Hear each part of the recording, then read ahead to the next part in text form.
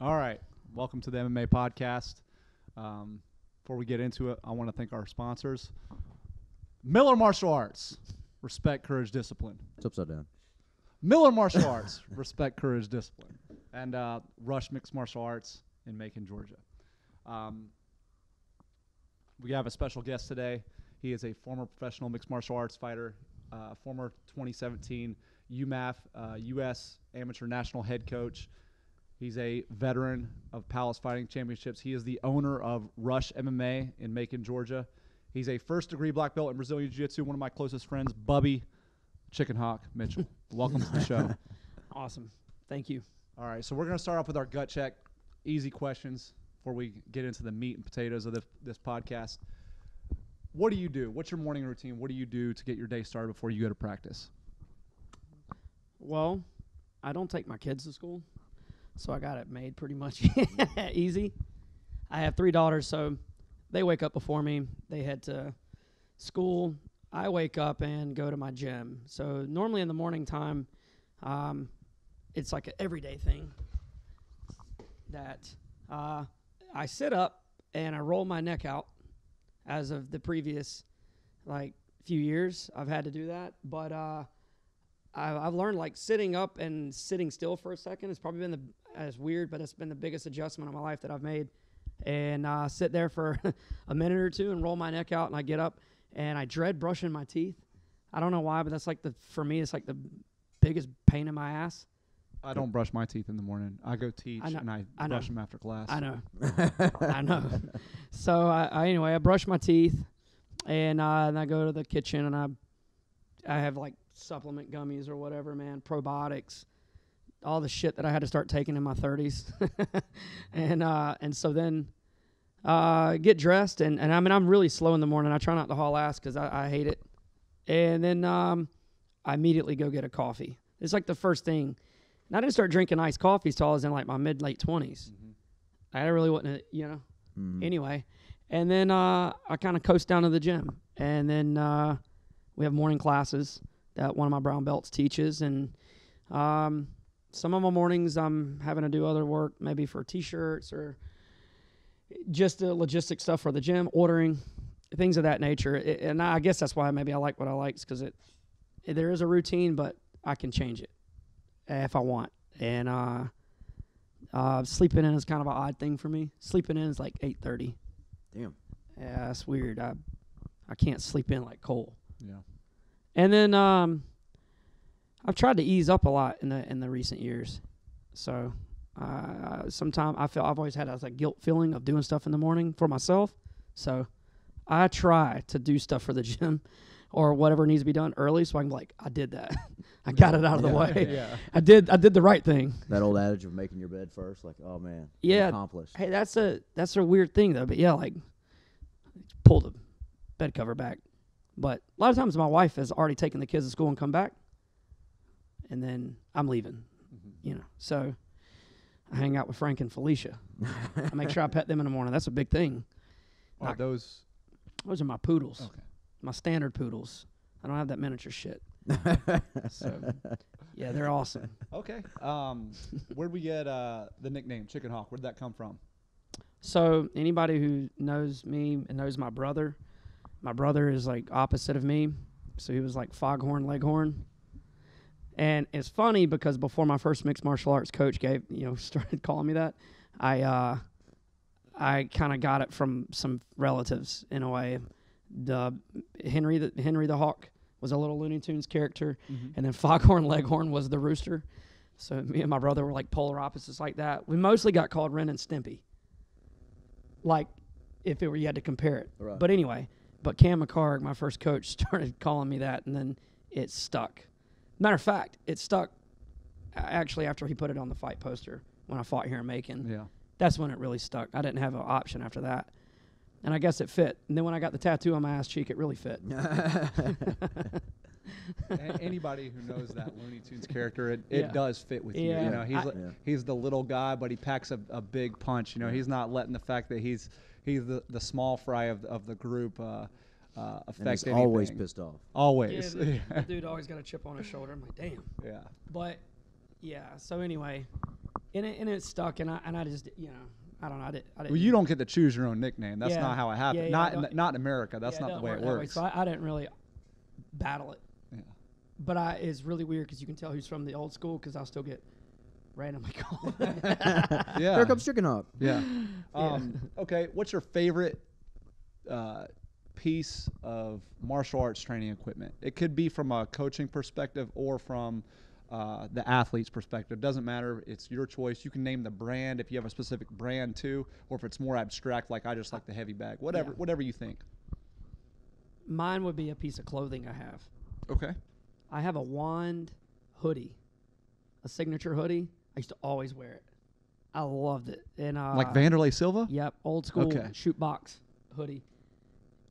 And it was like so weird because when I was younger and up and coming, and I was like, this is as bad as that sounds. Like I aspire to be a bruiser like that guy. Yeah. And and anyway, he was just a hammer. Hall of Famer. Yeah. Not a bad guy to want to be like. And I loved it. I love everything about his persona. You know what I mean? Anyway, so I had this old school wand hoodie. I still have it in my closet. I don't wear it anymore just because I want to keep it. But I had, I still got an old shootbox tank top that I wear still to this day. It's like ripped up. I had a black one and I had a red one, but I have a hoodie that I wore, and that was I wore it for a warm up a lot. Right. And that's my favorite piece. I think that I still have pictures when I was younger in it, and so it's like my mom actually has it on her refrigerator. A picture of me.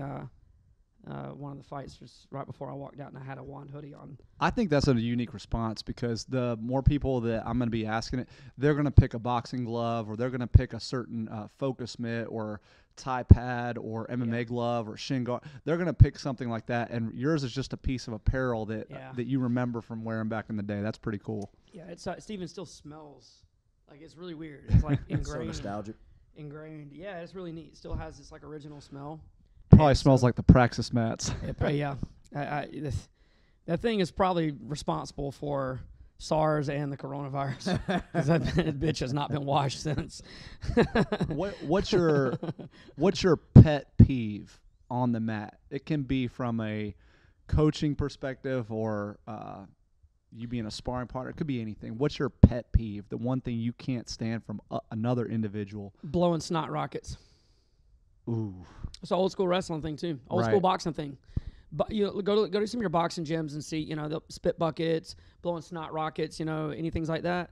I've seen it, and obviously etiquette is what takes care of itself in the gym, and you most people know not to do that, but a lot of people come out of those like backgrounds of sports, and it's just training environments are grungy, gritty. You're working hard, especially when you're in the midst of things. And some of the wrestlers who have borrowed my gym in the recent years, I watched one of them a few years ago do that, and I ran across the mat and was like, listen, I get the culture, but you do not do that. Some wrestling academies are like, you don't do that. What's wrong with you? Yep. Some do. It's some kids. I've seen boxers come in and use our ring for sparring back when we had the ring, and I watched them do it, and I'm like, I'm going to be honest with you. I have done that in your ring before. Dude, whenever I'm on a wrestling mat, I keep everything good. Yeah. When I'm a jiu-jitsu mat, I keep everything good. But with a boxing canvas and you wear shoes, no one's grappling for the most part. In his ring, it's different because he's in a mixed martial arts school. But in the ring, when you have a canvas and you've got the thing, if they don't have a snot rocket or a snot bucket, snot rocket, then you're sparring and your breathing might be impeded. So I'll launch one out and then I'll put my foot and I'll scrub it in. But that's because most places you don't grapple or you don't put your body on that canvas. So I'm guilty of that, and I'm sorry. And I you piece of shit. And what's really weird is that as much as I preach that, I have on my mats is when I really lost it. But in the ring, I've done the same. I have blue. I've had build up of saliva and it thick. Right.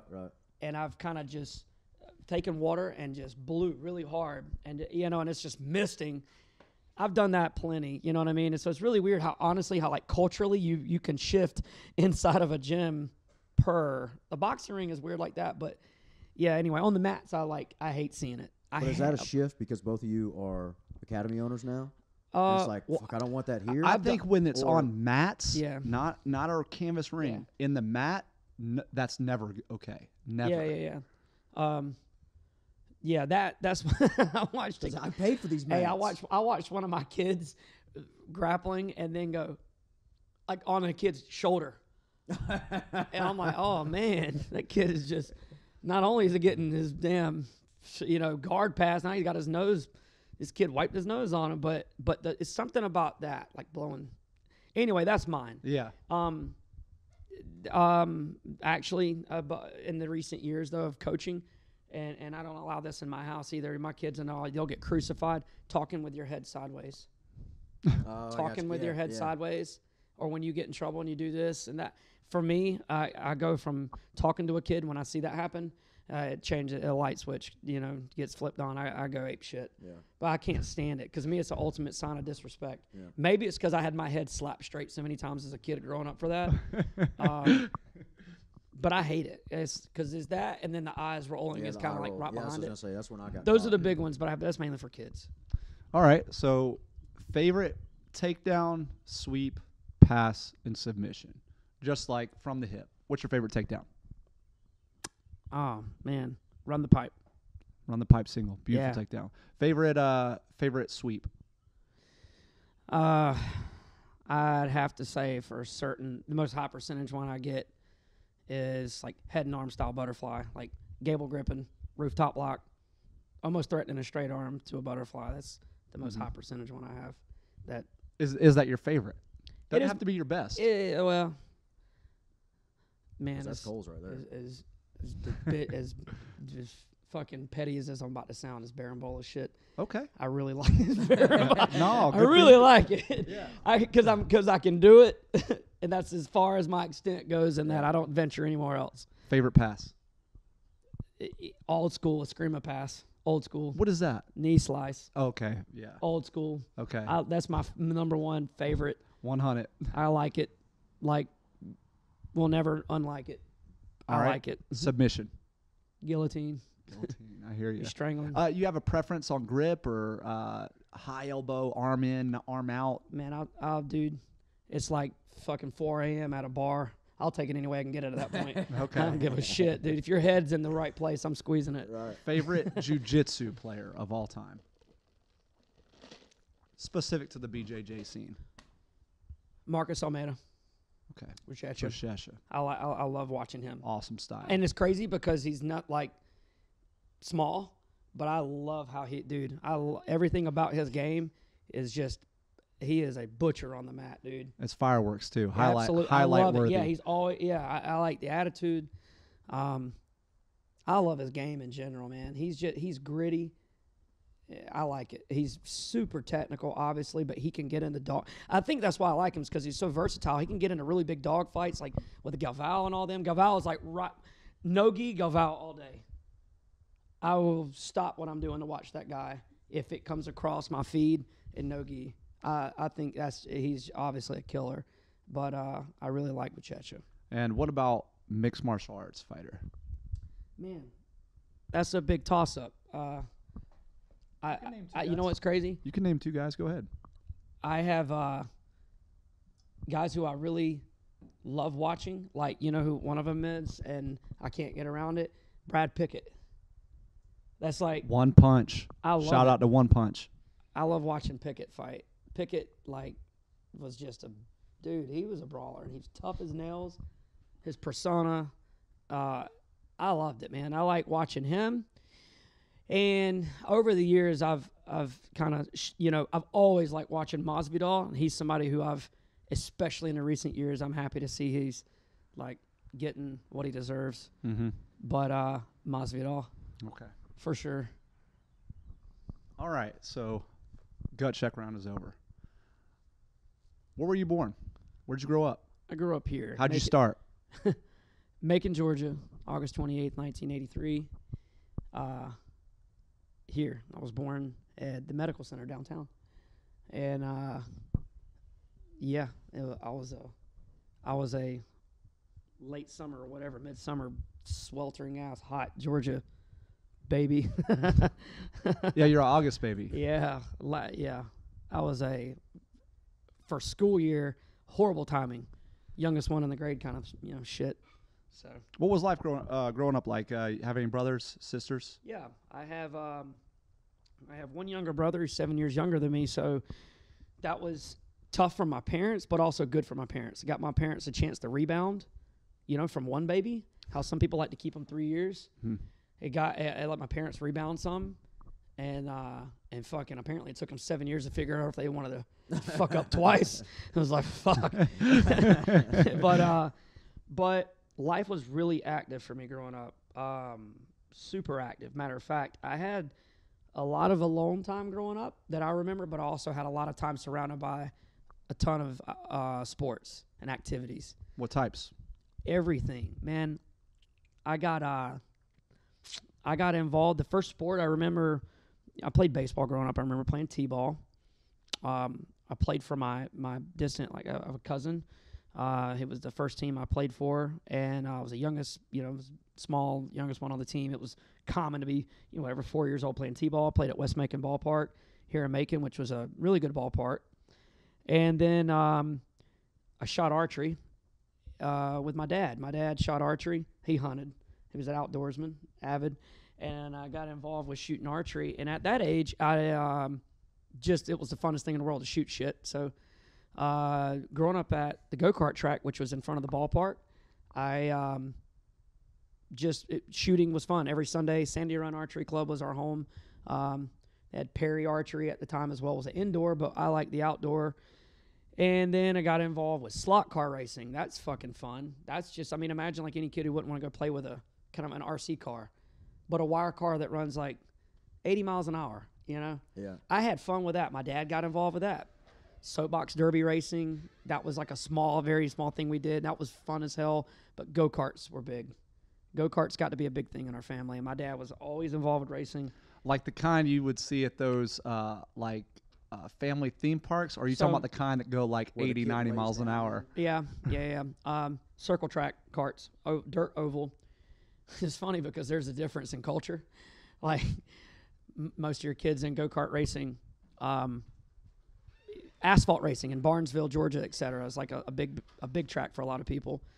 Those guys go on and eventually get involved maybe with legend car, going into stock car racing, et cetera. And when you get involved with circle track, like dirt oval racing, you're involved with late models, 3/4 midgets, late models, maybe winged outlaws, which are awesome. But the culture difference is crazy. There's some gritty ass dudes in dirt oval, and there's some like sophisticated clean cut guys with the asphalt. And there's a difference, and it's funny. But so you know how like when you're watching MMA and you hear some of the ridiculous comments coming from the crowd, like just get up, quit hugging, it's fighting, not fill in the blank. Yeah. What types of things would sometimes hear racing that were like when you hear in wrestling, you hear them, just run the half. Oh. What types of ridiculous statements were made as a go-kart racer? Push his ass off the track. That was it. Yeah. Run them high. Well, I'm trying. But things like that, you hear, rubbing is racing. You hear a bunch of stuff like that. But mainly, while you are on the track, and it's kids, you're on the track, your parents are probably in the pits about to fight. Right. And it's going to be, if your boy pushes my boy one more time, we're going to fight. if your boy does that again, everybody knows what running high is and intentionally pushing somebody. Anyway, shit like that would happen, and parents would go crazy over it. Really crazy. One of the most, passing on the outside when someone's trying to get off the track, or when you're, flagging yourself off the track and someone just ransacks your ass or rips the whole side of your cart off, or shit like that happens.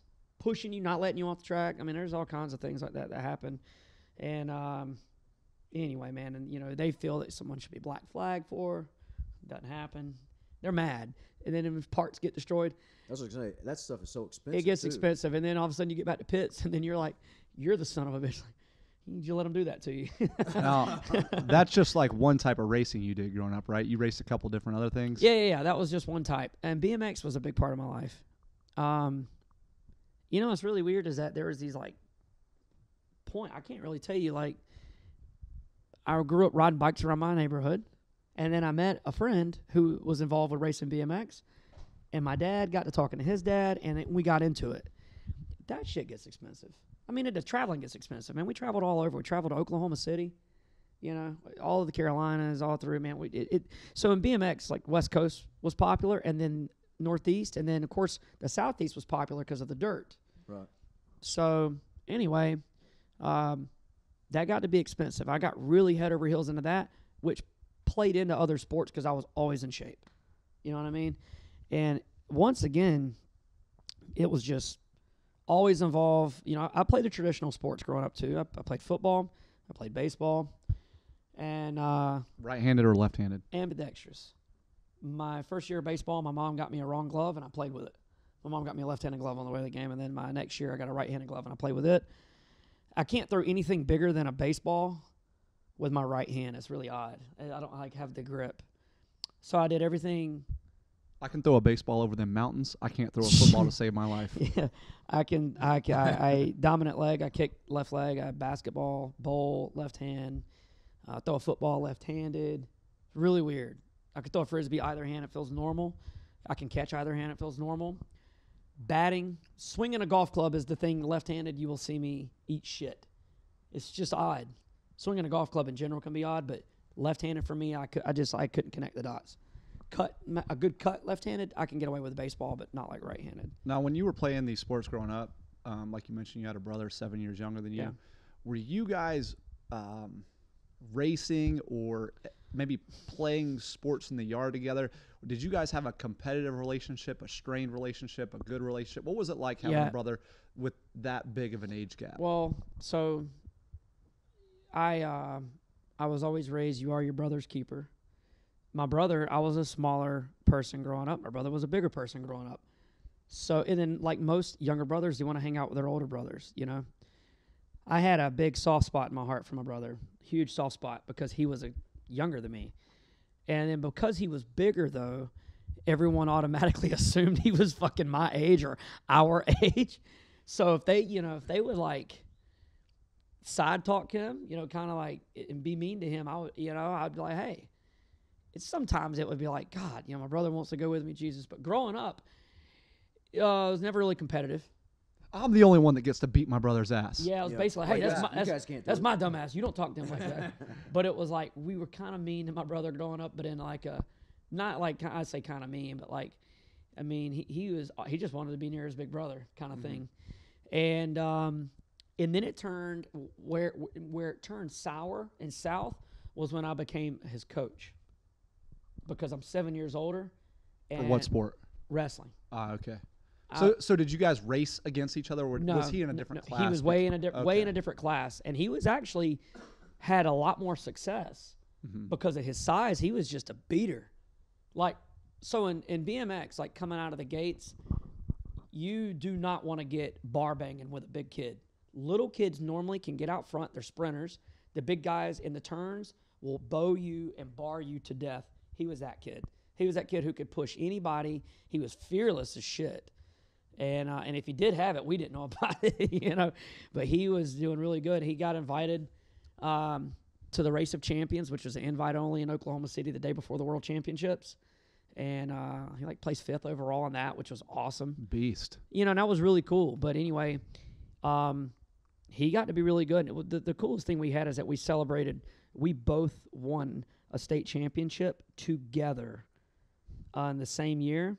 And the coolest thing about it is that we were the same size. We could ride the same bike. Oh, that's cool. Yeah. That was neat. You know what I mean? In a way. Made that probably financially easier on your dad. Yeah, it was. One bike won 2 state titles and won every race in the qualifier in 1 year. It was really neat in a way. But that was when I was like 14. So you said when you started coaching him in wrestling, things started changing for the better or worse? Almost for the worse. Like he you know, when he like teenage years, man. You know, kids go through things, and he had his own friends, which I knew them all growing up since kids, and he, you know, it was just like got to be a little more rough as far as like the backlash, you know what I mean? And but me, when you know, growing up there before that, like we would have to sneak away to go to the pool and ride our bikes to the pool, And I remember my mom telling me, like, go now. I'll never forget, like, go now while your brother's back here playing. Man, I would get halfway to the pool, and I would have the biggest guilt trip. And I'd be like, God damn it, let me turn around. And my friends would be like, why? Why the fuck are you going back? And I was like, let me go get my brother. Dude, I don't want to hear it when I get home. And I'd go home, and I'd go get him. You know what I mean? And I would help him. My mom would be like, very protective, obviously. Letting somebody that, younger to go to a pool with me, 7 years younger, in fear of him drowning and shit. So he learned how to swim. I'll never forget the day he went like from one side of the pool to the other. And it was like the big accomplishment. And even my friends were kind of helping out with it. So that was like, they liked him. They were just like, I think they were just afraid he was going to rat out if we did stupid shit. Because I remember like, don't you say shit, Dylan. But and younger kids usually get hurt doing the stupid stuff that the older kids we do. We put him up to some stupid shit. I mean, shit that, like, when we would build jumps. I was just about to say that. Let me guess. You guys built a 25-foot jump and said, Dylan, you try it first. Dylan, try. And he would, man. He would fucking sail. Dude, if he had any neck, head, or spinal injuries today, they probably started when he was about 7. Yeah. My brother Micah, we did a podcast with him. If you haven't listened to that yet, go back and listen to it. He was the kid that jumped off the roof with the trash bag parachute. See? Yeah. We did all that shit. Jumped off with an umbrella. It's funny because, like, your story weird. with your brother's the opposite of mine. Me and my brother Micah, we had a very strained relationship, always fight each other. When he found wrestling was when we started to come together. And you're saying once you kind of started helping coach your brother in wrestling is when you guys started really bumping heads. Yeah, it got like, if my brother got hurt, I was like responsible. You know what I mean? But it was really weird because on his other leg, you're like putting him up for stupid shit to do. But if he got hurt, it was like, damn it, you're supposed to be looking after your brother. You ever hear fucking launching him off this damn jump that no one's tried attempted. But him? Why do you do that?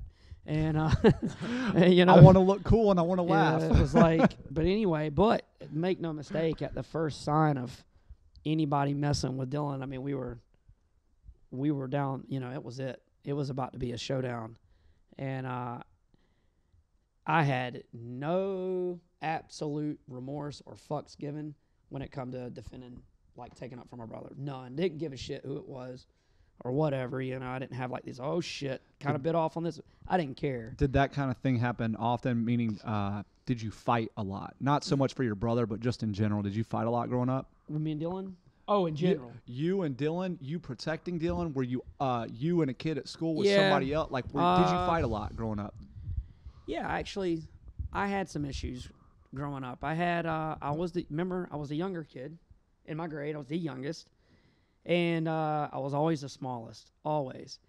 I had a couple instances like in my neighborhood where we had troubled kids. Like, we played baseball, we played football in the cul-de-sac. And we were really competitive growing up. Maybe not me and Dylan against each other, but stupid competitive growing up. And I had, a couple issues with kids around the way. I had one kid, when I moved to our subdivision, he just wanted to fuck with me for no reason. And it just turned sour. And he grew to be a friend of mine later. But when I was like young, you're talking when I was like 6 years old, man, 7 years old. Mm-hmm. I'm like getting into fist fights with this kid. And it was just a normal thing. I remember our parents, talking about it. I remember my dad's like, don't even get near the little motherfucker.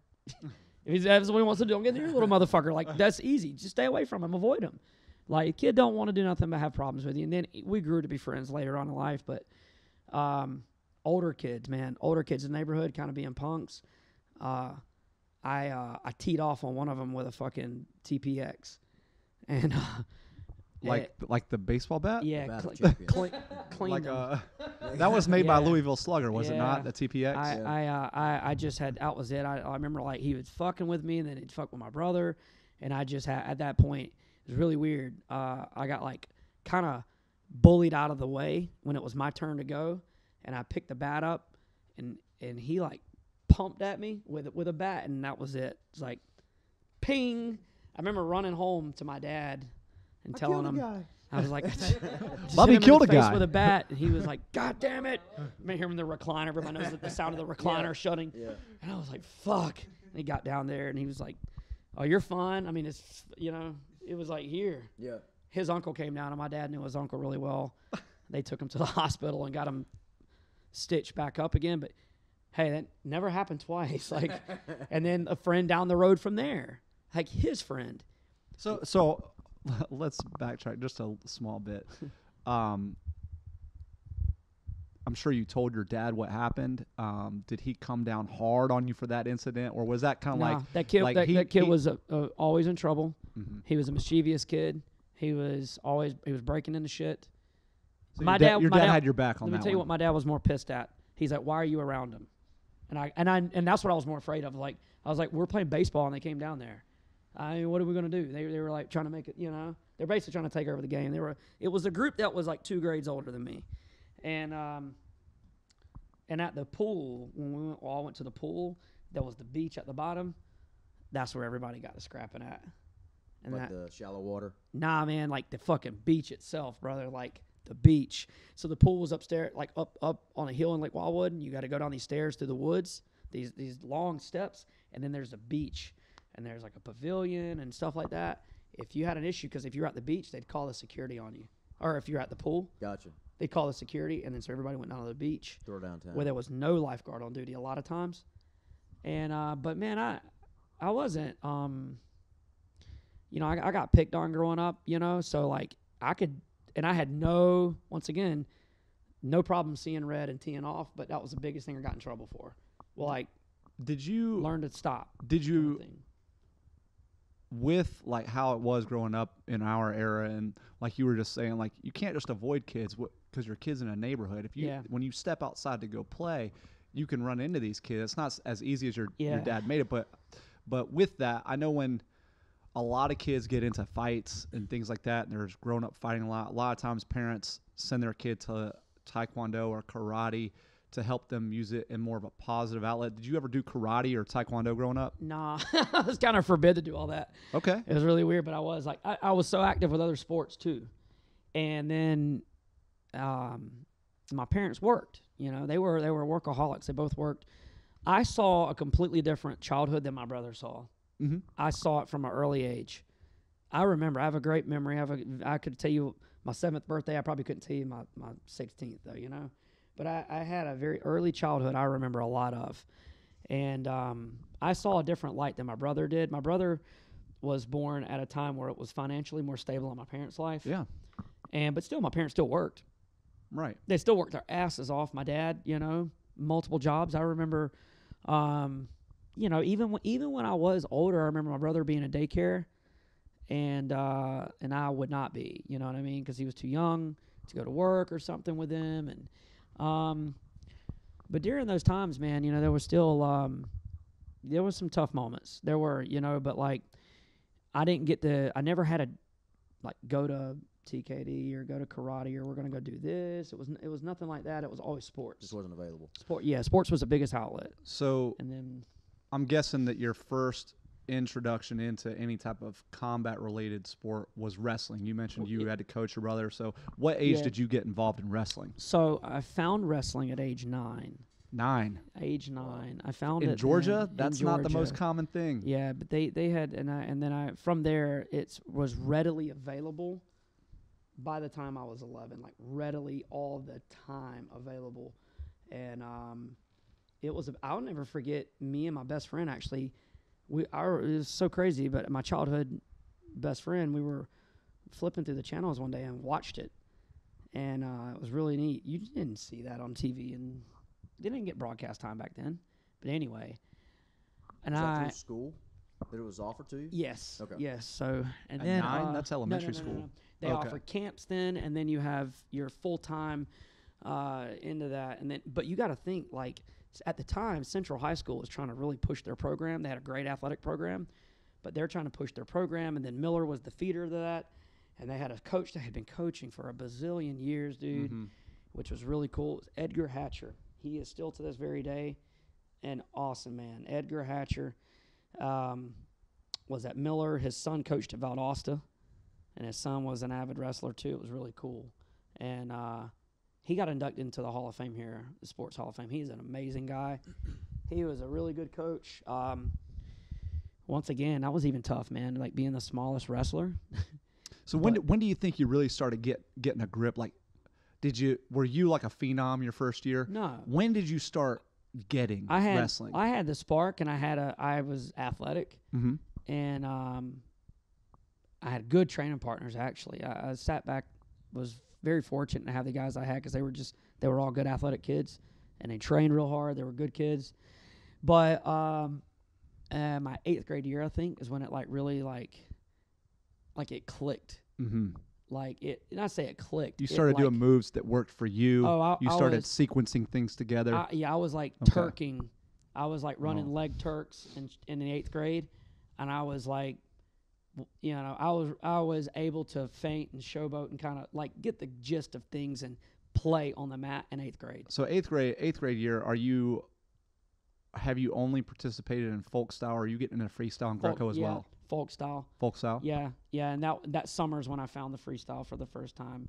That summer, that was going into 9th grade. It was when it really, because that was when everybody was on the curve with it. You got Nate Carr and all these guys running camps. Mm-hmm. You got Warner Robbins at Northside High School as a powerhouse, bringing in the wrestlers as well. So And you wrestled at that was at the time at the 5A school or something big, right? Yeah, your first year open, we were quad A, and then we jumped from there to 5A. 5A. Yeah. And what was your wrestling career like going through high school? How'd you do? Man, I had it was ups and downs. Mm-hmm. It really was. It was I had a good coach right before 9th grade year started. I had a coach. They moved here. He was from Pennsylvania. We had Mickey Daniels as our coach, who was a good coach, wrestled at West Lawrence, and still around today. Doesn't coach wrestling, still just deals with football. And then you had this coach who was Coach Boyle. His son wrestled one weight class above me. He was a good coach, tough guy. He came in, assisted a lot with our program. And anyway, his son was my main partner. So that was really cool. But still involved with racing. Not involved with anything else then. No baseball. Got told I was too small to play football. So then I was a fucking banshee after that. You doubled down. I was a fucking banshee after that. I was mad because I like football. But there was a reality to it. These kids, dude, at a big school like that, we have big dudes, man. Big fucking dudes. So anyway, it wasn't the fact that I got told I was too small. I think it was how. And then I grew. This is going to sound like counterproductive. I grew a hatred for my own school. I grew a hatred that I wanted, and I didn't, as bad as it sounded, like I had good friends of mine that played, but I grew a hatred for the coaches, I think.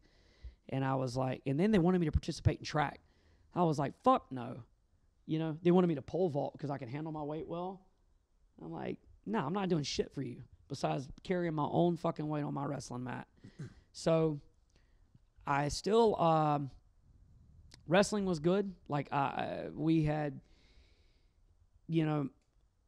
all of our local meets, we saw Central. That was our rival, because we plucked a lot from. Southwest was our rival as well, but Central was the main rival because we plucked from their district. Saw the Warner Robbins schools, of course. Saw some South Atlanta schools, man. God almighty, they were tough. South Georgia schools. These corn-fed dudes that had good long living programs. Those Coffee County boys. So yeah, did they even have anybody below 200 pounds? I know, right? Yeah, like these were just tough ass schools, man. And then, but yeah, I mean, I still have like matches I still remember that were like some of the best matches and tough matches.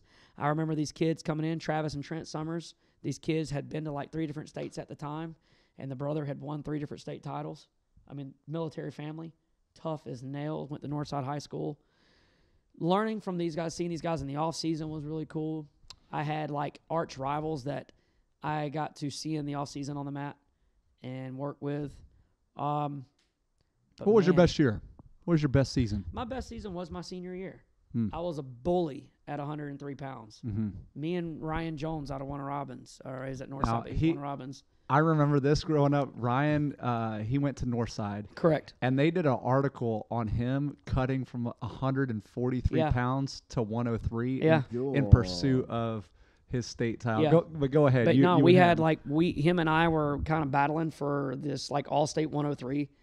I mean, it was just bullies at 103. Dude, we were both big 103 pounders, cutting weight. That was the thing. Like, and the thing was is that in hindsight, looking at it, was it like to pursue it further? That's not smart, because 125 is the college career. You know what I mean? That's the lowest division. But anyway, there was once upon a time there was like a 118 pound division, shit like that. But yeah, my senior year was like my best year. That was a year that I put more effort in anything, weightlifting, more heartache than anything. I think it kind of like clicked too, you know what I mean, again. And I didn't really even start to blossom even until like mentally peaking until after that. I was 17 years old. Right. You know what I mean? So that was like my best year. And did you win or place in any area, city, title, state? Yeah. Did you go to state? Went to state, yeah. Okay. Like won the city shit. Like I floored that every year. Like, you know, that was a walk for me. I had some tough kids, but that one was a walk. And then area was good. I saw Ryan in the finals. Yeah. Who won And, that? Ryan won that one. So you got second in the That area. that was our exchange. We didn't have a sectionals then. And that means you qualify for state. They Okay. carried the top four. Understood. So, yeah, they didn't have sectionals like they do today. Of course, we didn't have fucking 7A either. Right. That's crazy. So they're supposed to do away with that. But anyway. When you got to state, how did that go? State went my senior year. I come out of the gate against Camden. Tough program. Beat Camden. Went after Camden. I went to, I think I had Cherokee. Got past Cherokee. And I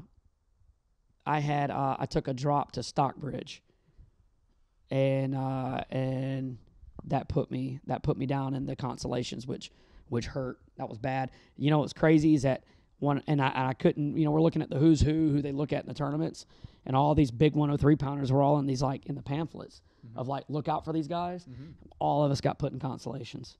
Every single one of us. It was crazy, man. It was like a year of upsets. And anyway, I took a drop after that to another guy. Yeah. And it fucking hurt. God Almighty, it rocketed me, pissed me off more than anything. I was pissed at my area tournament. You know what I mean? But anywho, at that point, I was a senior, and then I was on to the next thing. It was like, let's figure out what's next. So, at this point in your life, academics, I'm guessing, weren't the big thing for you. No. I always struggled in school. Okay. I struggled my entire I hit summer school I was a professional student. I hit summer school. I hit summer school 9th through 12th, and I look back. So when I tell people all the time, like I know the stress of like grades and focus on shit. I fucking know, bro. I used to get in a lot of trouble for it. I was like your C student. CB. My brother was like this too. I was your CB student who loved sports, who I'll be front to tell you that I like made sure I was trying to like hone in on my grades so I could wrestle. You know what I mean? Yeah. That was a big deal to me. It was like that meant a lot to me. So I didn't I don't attribute that to anything much of like I had teachers that I went to a big school. But I'm not going to place all the blame on my teachers, but I only had a couple teachers my entire high school career that truly tried to connect with the students. That gave a were shit. Truly great teachers. That was strike number 2 and 3 for me turning my back on my school. You know what I mean? Like all these people, they like, hoorah, man, go to these class reunions. I'm like, fuck that entire school. Burn that bitch to the ground, because that school, if anybody comes out of that school academically strong, they can't blame it but on a couple teachers that really cared. Man, there were so many teachers, so many students. You know what I mean? It was like I will never forget. I had a teacher named Miss Abrams who told me I wasn't going to equate to shit and basically stop believing in anything. I was in a Spanish class too, by the way, and I was like, look, you know, this is shit. Like, and I just remember, like, how do you go to school and be happy to be in this bitch's class? Yeah. You know what I mean? Like, how do you be happy to be in these people's classes when you got like Some of them. And I'm not saying that I was even the easiest student to deal with, but I was bored out of my fucking mind. And now that I have kids, I now pay very close attention to my kids' teachers. And we're not there yet. When we get to high school, we'll be there. So I brag on you all the time about how awesome a wrestling coach you are, and then also how good of a wrestler you are. But the fact of the matter is at 18 years old, you weren't at the level to go to a big school. No. Now, most people don't continue to wrestle for 17 years after their high school career. Nobody's going to be at the pinnacle of their game at 35 years old. That's rare. Sure. But like Bubby, you always kept wrestling. You kept doing your thing, and we'll get into how you kept pursuing that in just a bit. But you're 18. You're going to a local college. Sure. Just kind of going to make your parents leave you alone, I'm guessing, Yeah. pretty much what I did. And First declared major was dentistry. were you working at the time? Fucking dentistry. Were you working at the time? Yeah, man, I was working like a fucking dog, dude. I worked at the bagel bakery with you. I worked at actually before all that, I worked at Buffalo's. My senior year of high school, I worked at a golf course, and then I worked at a batting cage. I worked at a batting cage I went to growing up. That was just like a very short time gig. I had another friend of mine, two other friends of mine that worked there. And anyway, but post high school, I remember working at Buffalo's. I remember riding my bike there when I was a kid. Like, What is Buffalo's? Buffalo is a cafe. Buffalo's Cafe. Okay. Yeah. Anyway, and it's on Zebulon Road. It's still there. It was like one of the first. It's like the first restaurant, the dine-in restaurant that opened up on Zebulon Road before the big bang happened there. That was my first time waiting, and honestly, it was a good job. And I'll tell you why. It's because I needed at that point in time in my life to understand Little life experience. a little life experience, dealing with, the restaurant industry is fucking brutal at times. These people in there talking to you like shit. And customer service. Yeah, and I needed that. I didn't mind talking to people, but I was still a kid. Y'all was baby-faced. I had just turned 18 years old, so I was like, wasn't even about the money. I just kind of was working, and I knew I needed a job. I knew I needed to kind of get experience doing something, and that was a point in my life where I started to dwindle down on like what I did not want to do for the rest of my life. You know what I mean? Like, I did not want to deal with this. And I had to learn about like, hey, you can't do that. It's fucking, You can't say that to that guy. like, you can't do this shit, dude. You understand? Like, holy shit, you're a liability. And I remember I remember that was the first job I had that I truly had the pressure of like making people happy.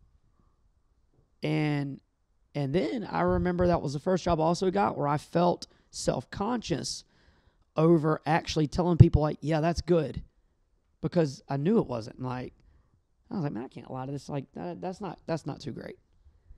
And I just I remember like this is now I'm starting to see like fucking this is not what I want to, I don't like this. Yeah. I remember anyway, that was a point in my life where like it was a lot of life like experiences.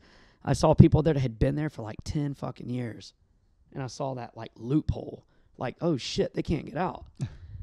I don't want to do that, and I couldn't tell you my game plan, but I can tell you that I was not going to be there long.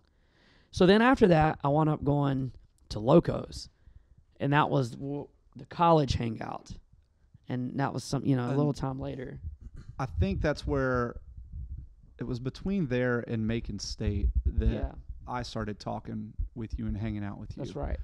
I had heard about you. I think everybody in Macon heard about you when your shin snapped in half in that indoor soccer game. Yeah. That was like the break that heard around Macon. Yeah. It fucking hurt. So I knew who you were before that, but we just didn't cross paths up until that. Yeah. Locos. Yeah. The car scene and Macon all that. State. Yeah, car scene. Yeah, I did meet you before, but like we weren't like friends. Yeah. So I'd hung out, been around you, but that's where we started to link up and get together. Yeah. But that was a great time. How did you bridge from wrestling into your exposure of mixed martial arts? Like that kind of happened around that Locos time frame. Yeah, it did. It happened when, Trey Brown really, he pushed me to it. I remember seeing him in the gym, like at work, and then we all meeting with you guys, and then Cliff Hagerman, of course. But I remember Trey, they were just like, come in. And I had, of course, seen it. I wasn't going and renting all the Blockbuster VHSs, but while I was in Blockbuster, I had seen it and I had rented one. Mm-hmm. But it wasn't like I was going to rent them all the time and seeing this. But I was like, man. And then I remember seeing some guys. There was like wrestlers started getting into it and shit. It was so like this is before like getting on and just Googling people, YouTubing people. So anyway, that become a thing.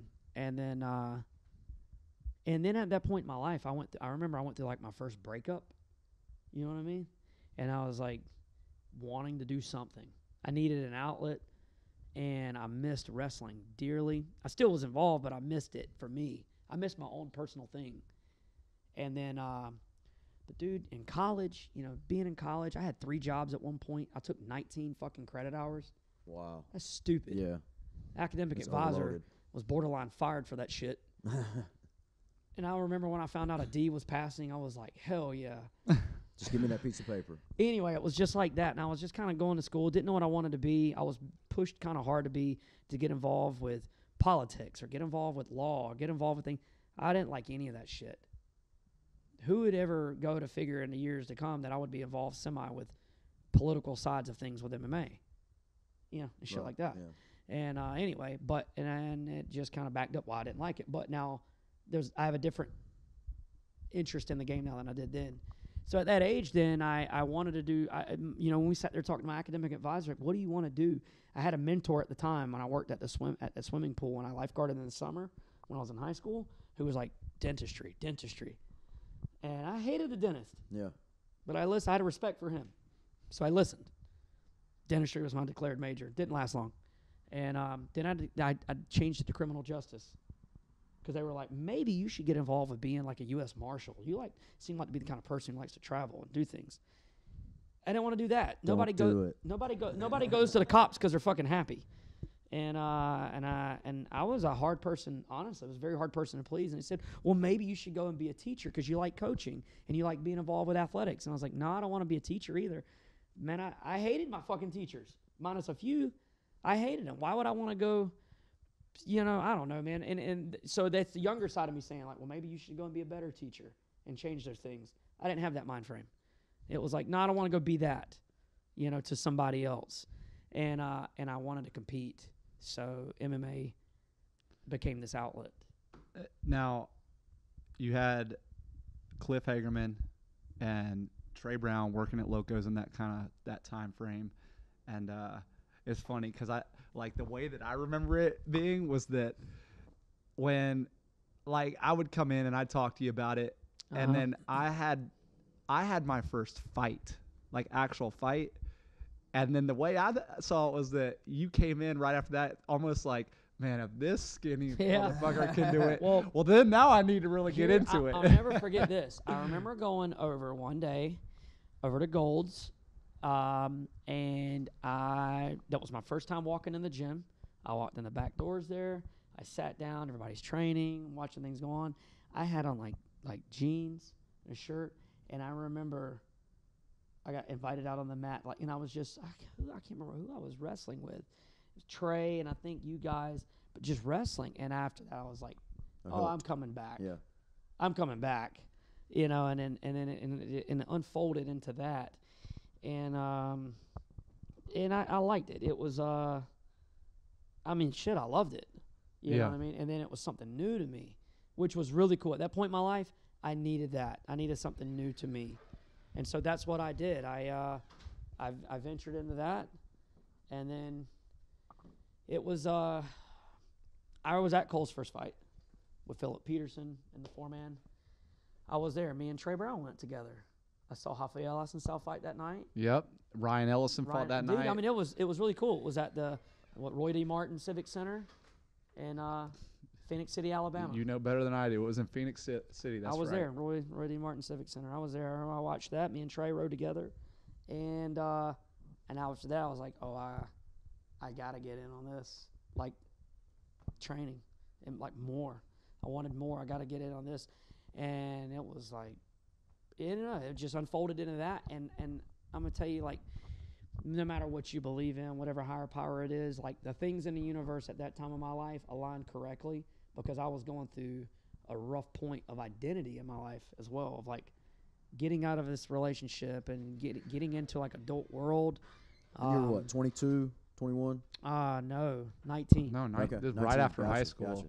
So like 18 your and wrestling career's done. The only thing that you've had any type of success and passion and drive for, that's over. And you're kind of trying to figure out what you're doing. You're working all these jobs. Nothing's clicking.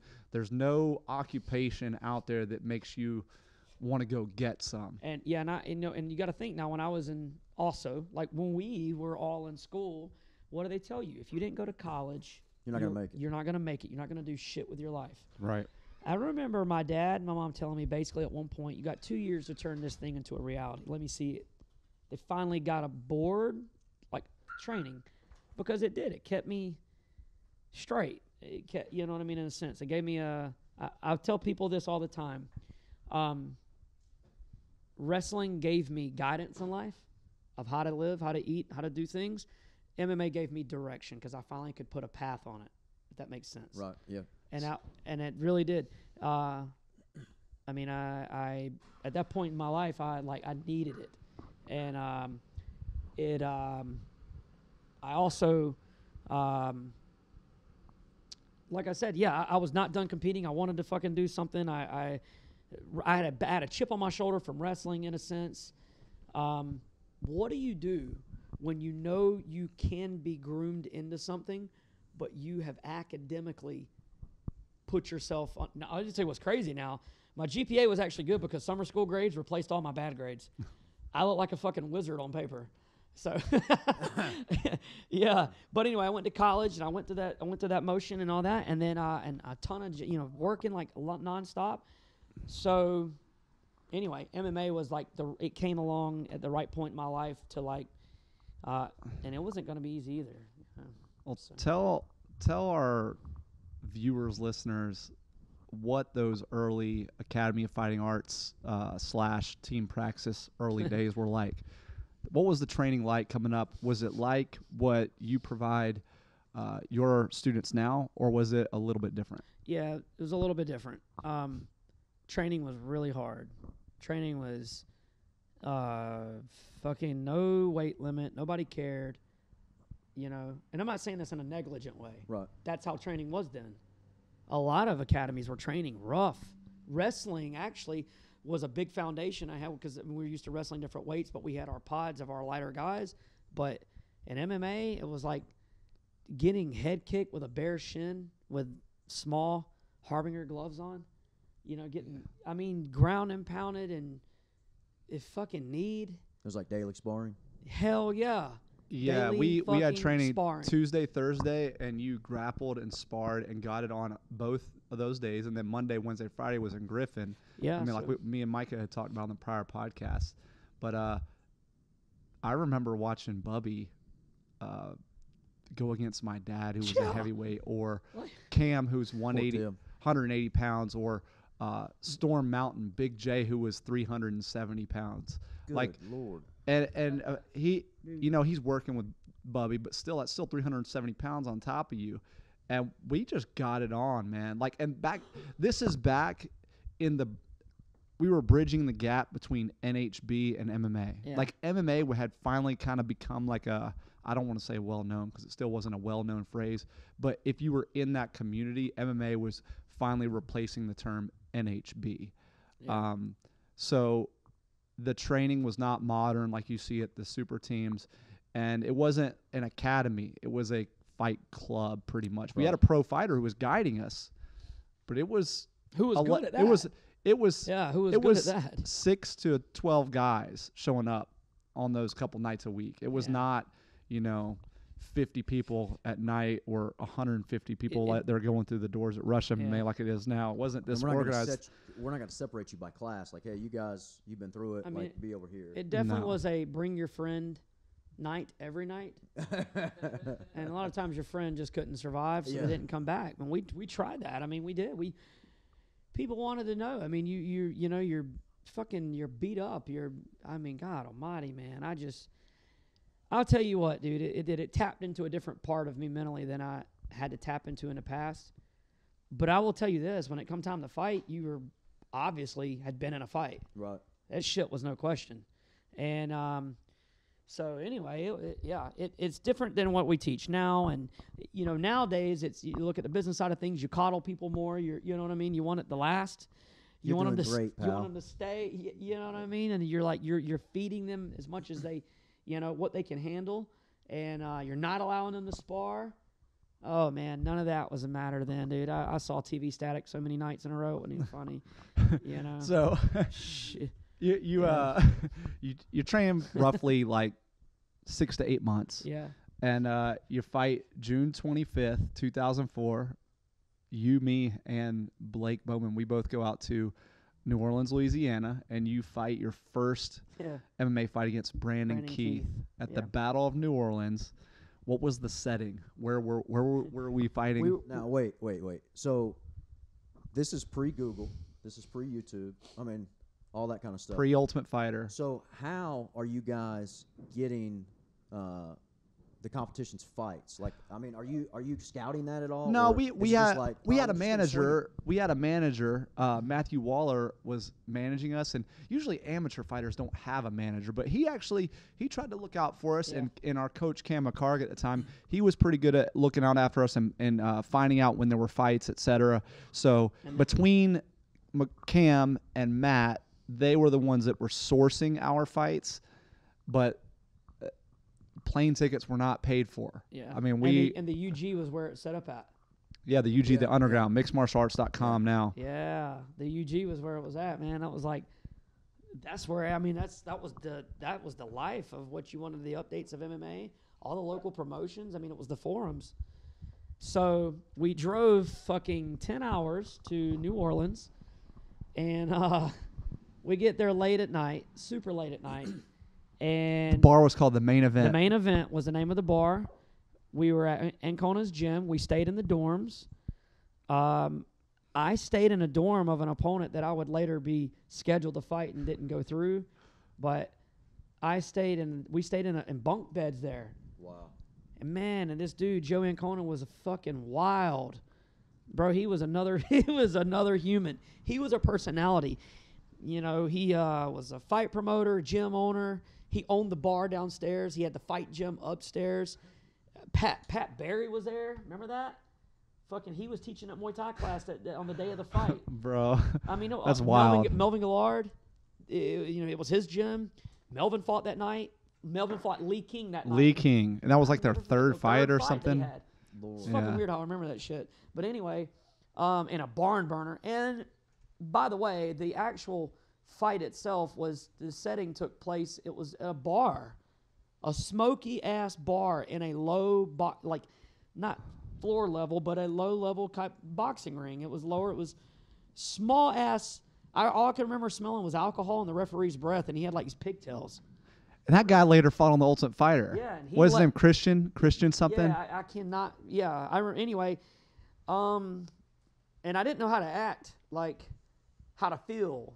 Right. I honestly was not nervous. I like warmed up and I moved, and I remember we got there and we're like, I had like a handshake agreement with my opponent because he said he had an ankle injury and that I would not like, Heel hook attack his feet. I didn't know shit about footlocks. He wouldn't have to worry about that. Which was hilarious because our coach was a big footlock guy. And Blake Bowman saw him in like the shower that night, like in the locker, and he was kind of like asking questions about me. And Blake had told him that I had like done, I don't know what I'd done. I'd been to jail or some shit, and I was, anyway. Blake was doing his thing of like just being funny and being head game like. And when the bell rang, I couldn't hear shit from my corner. He was screaming, but I couldn't hear shit. I I just like double legged this dude and ground and pounded him until I jacked up both of my hands. All right, let me tell you, because I was there. All right, like this bout would have been criminal if it was not in a ring in a sanctioned event. Our coach threw the towel in for him. Yeah, and nobody else would. Right. A coach or anybody there? He did. We're not stopping it. Yeah, I mean, Melvin Gallara was his corner. And by the way, the promoter is talking shit to the fighters that are getting beat up over the microphone during the bout. There was like a recessed booth where there was people, and he would, ding, ding, ding, and shit like that. Oh, yeah, it was very. That's cringeworthy. We drove 10 hours to that. When people talk about, like, your first fight, you go 30 minutes away or an hour, 2 hours away, but we drove 10 fucking hours for me to, I would love to say, illegally fight another dude in front of his family. Now, that was crazy. I think that there's a highlight video of you on YouTube. People can check it out, and maybe that specific bout, if it is, we'll link it in the video. But you can watch either the whole thing or you can watch clips of it on a little highlight video of you. But you can see a little bit of what we're talking about. It's just like this pit bull gets released, and this guy gets. All I knew. Take him down and ground and pound. This guy's face just welted up completely. What size gloves were we wearing here? Pro gloves. Oh, the pro 4-ounce gloves. I still have them. They were. Let's see if we can get this garage to go down. Yeah, hold on. Yeah, it gets a little loud. Yeah. Do I have time with this? Yeah, dude, this is your show. You can use yours. Yeah. So. That's always my question, though, is when you start talking about, like, the pre-internet. I mean, not pre-internet, but like, this stuff is all over in the internet. Right. Where it's like, how are you guys getting footage of this? And you're going to Blockbuster and Hollywood Video and be like, hey, y'all have... It's literally VHSs and DVDs, but this forum, the underground forum, it used to be MMA.tv. Right. And before that, it was something else. But now it's mixedmartialarts.com. They have the Boxing Federation approved database and all that stuff. And that's where now it's just like mostly the fans integrating with one another. And it's kind of like an extension of trash talk and social media and people shitting on the fighters. But back then it was amateurs and pros that were talking alongside with the fans, because there wasn't the money involved in it, and there wasn't that many fighters, and there wasn't that many UFC and Pride events. Right. So fighters actually got on there, like Eve Edwards would get on there and do like a Ask Me Anything before that was even a thing. Or I'm saying, like, I don't know if Eve did that, but guys like that did that. And Joe Lozon was active on this thing before he was Joe Lozon, and love Joe. And man, he's great. And this forum was how we found out about the events. Promoters got on there, hey, we're doing an event, amateur event or pro event or whatever the details were. And that's how, like, staff and management would find out about stuff like that, because the Midwest, it was always on. There was a bar, that would have it every weekend, or 9 bars that had it every weekend. And these things didn't always make it onto the databases with the records and all the stuff, but it was always going down over there. Like Spencer Fisher and Josh Neer, I want to say they both had 100 amateur fights or something. I think that was like, I think I read that in the Full Contact Fighter newsletter, which was a company that made shorts and stuff like that. But I think it was owned by Monty Cox, but who was a promoter and a manager for the Militich guys and a lot of other big fighters. But it was a newspaper that came to you every month like a magazine, right. But it was a newspaper. It's like the MMA bulletins coming. Right, but it was really mostly Midwest stuff that was happening, with a few little updates from California. But you could that and the Sherdog, that's where you could find updates on events and stuff like that. They were pretty good about the major events and always putting out content. That's how we found out about it back then. All right, Bubby's back. So you just crushed this guy. What was the feeling like after that first victory? What were you hooked? Yeah, for sure. Like, I mean, it was different because in wrestling, there's you didn't really celebrate.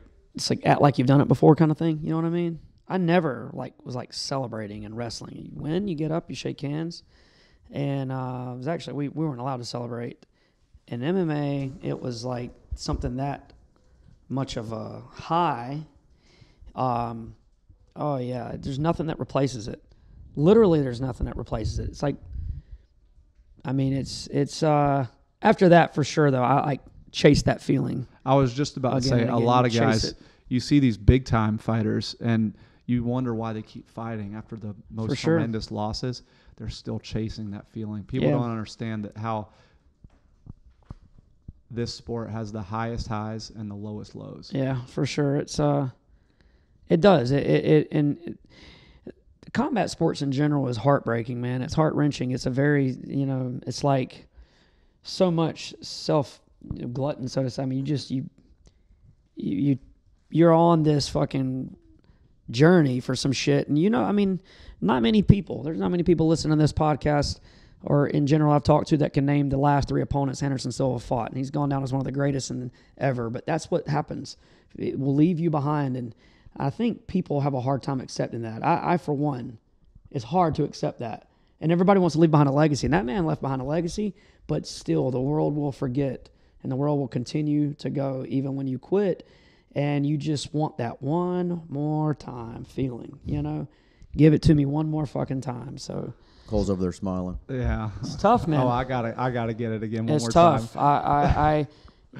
I'm gonna tell you what's something that's in sense that has never left my head since my first fight is the feeling of walking out. And I think about it every single day. Every single day. Every day? I'm not even bullshitting you. It's a thought that goes through my head. You mean walking out of the ring or like leaving the game? What do you mean? No. Walk the walkout. Oh, gotcha. The music, the everything, just like that to me was the climax. Getting to that point, I hated it. So, despite hating it, you do it again several more times. In fact, but we get to bring you back home to Macon, Georgia. You get to participate in was that a single fight or tournament format? It was a tournament format. And then you just didn't get the second fight, I didn't get the second fight. Philip Peterson broke his hand. That's right. But again, you do something almost criminal. You just go in and destroy this poor young guy. And, it was packed. I remember this place is holds 1,800, I think. Yeah. We fit 2,200 in it. Like fire marshal could have shut the place down. We're at the Macon City Auditorium, place I had my graduation, place that I had previously lost to before in an event that had happened, I guess, 10 months earlier or something like that. And we come back and me and Bubby are on the same card. He gets the W. I remember you said you weren't really nervous in the walkout or the locker room or the preparation when you're fighting in New Orleans. What, was it a little different when you're fighting at home or pretty much the same? Actually, I remember waking up that day, and I remember walking around my block at my house, just walking around the block, relaxing. More so anticipation. I was just ready to be at the venue, ready for the day to go by kind of thing, and kind of ready to go. And then when I got to the venue, I had a little spike of a anticipation nerve rush, and then all of a sudden, it just went away. It went away. I was really, really, really happy, extremely happy. I had in the time in my corner, I had Trey Brown, I had Ross Hagerman, and I had Bobby Gay in my corner. Because you were fighting that night too. Yeah, so I'm in the back Anthony doing my thing. LaPetra. Mm-hmm. Yeah, that's crazy. I remember that. Yeah, I remember that. I didn't know it was that, and so everybody's in the back, and it was that was awesome, and once again, super fun. Had a good time. I enjoyed it. Didn't have any. Honestly, it was the best I'd ever felt, and I don't really know why. I don't know if it's the home thing or whatever, but I just I had no nerves. I just felt happy. And at this point, you're what, 19? 20? 19 or 20? 20. Yeah. 20. I was 20. I was because when we fought in New Orleans, we were too young to get into the techno rave bar that was going on beside us. So we just watched it through we just looked at it through the window where we stayed at. There's probably girls over there. We stayed out in the parking lot out front all night begging that we could just like, maybe they'll let us in. Yeah. And at about 4 a.m, it fucking like got packed. Remember that shit? Yep. Me and Blake Bowman sat out there forever. Cole wound up going to bed. I watched them through the window hanging outside of the place. just Looking sat in the through parking window, lot. like looking at the lot lizards coming in. so after that, you end up having your first loss. We traveled to Houma, Louisiana. Middle of nowhere. Short notice Rich as Clemente fuck. promotes this bout. We had a couple guys fighting on it actually, and I was kind of transitioning between Praxis and American Top Team at the time. But you fight one of what would later become one of our good friends, Dean Thomas. You end up fighting one of his guys, Pat Seidel. Yeah. This guy ends up, for his very next bout, fights Mamoru Yamaguchi in Shudo, who's the world champion for his next fight. So you're kind of getting thrown in there against a guy, whether he was experienced or not, his skill level was high. Yeah. You take the loss. I remember I was there. I cornered. You end up, the guy was a pretty good wrestler. And he was bigger than you too. He was a good little wrestler. And I actually am the one who took the shot. And I'm the one who worked it to the mat, and then it sloped from there. Right. He spins to the back. He gets the rear naked choke. First loss. What's kind of the feeling? That one sucked. Actually, the whole fucking. You know what's weird is I remember the whole drive to the Brandon Keith fight. You asked me about the whole drive going out to Houma. I couldn't tell you anything about it. It was really weird. I didn't. The fight was on short notice. I remember I got told to jump in on this one, like, hey, take it. And I took that fight on like a 2-week notice. Okay. We put 4 guys on the event. Yeah, and I took it on a short notice. I just didn't. I don't know. And once again, this is pre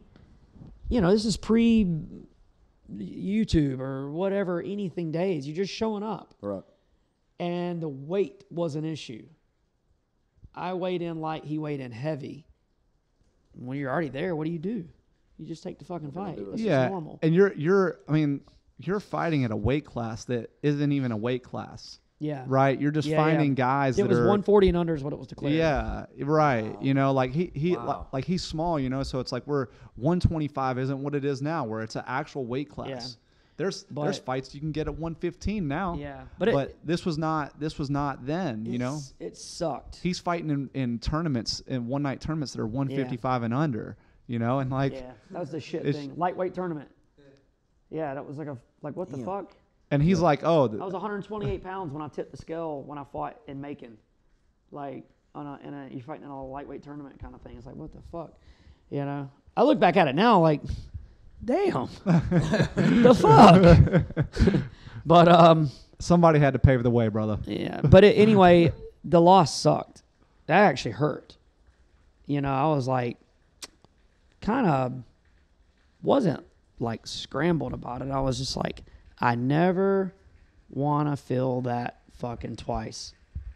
Wrong. I would feel it 2 times in a row after that. Oh. That hurt. Yeah. That hurt. Yeah, and I had to take a step back at that point. One of them was in Macon again. Yeah. So now, and I guess Hometown crowd. The one in Macon. And he's by the way, this is a time period where he's already had a bunch of fights now. And so if you thought Bubby was the man back then, he's really the man now because he's already fought several times. This is the first time he's come in as like established, I guess you could say. So we weigh in at Locos on that fight. And we're in the tournament. There's a 4th man backs out last minute. So Charles Nutt is the 3rd man. Waller comes up to me and says, you technically get the bye because you're the lightest guy in the division. You get the bye to the finals. The honorable thing to do, though, would be to fight both fights. I was going to say, round robin. And I said... Like Micah did in his event. I said, let's do it. I'll take both fights. Why not? So Charles Nutt was the heaviest in the division. He missed weight, and he got the bye to the finals. Me and Scott Farhat fought in an absolute fucking barn burner. Brutal fight. Really, Like, really, lots of like... like icky moments in that one. Like my arm getting fucking twisted off almost. I mean, I got mounted in the fight, and I honestly got mounted and had didn't care. You got to think now, like this is little pro gloves then too. Yeah. You know, the only difference I couldn't get elbowed. Right. You know, I can get knee to the face and all that shit though.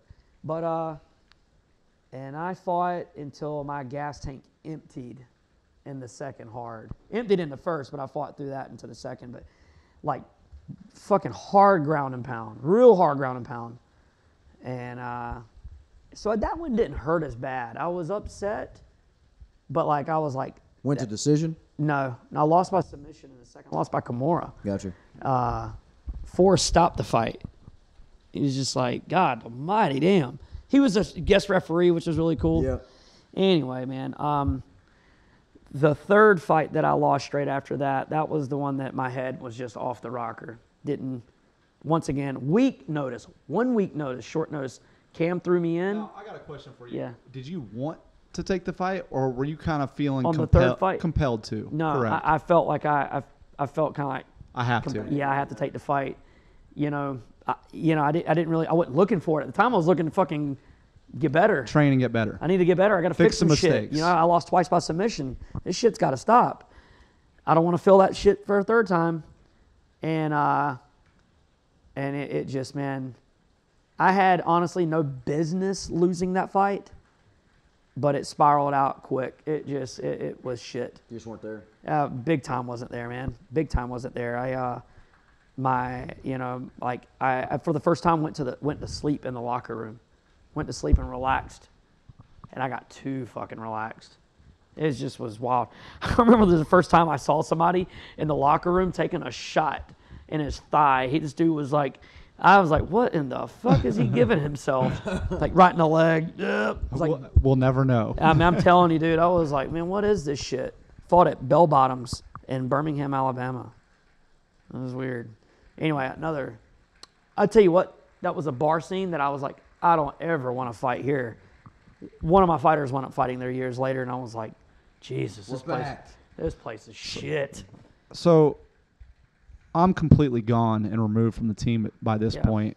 I'm at ATT trying to do my thing. So I wasn't there to watch or corner or anything like that. And it's right about that time that you're kind of having, like you said, you felt kind of compelled to, and you're kind of feeling some tension with training with that team at this point. And we're starting to talk about, you know, what your dreams and your goals are.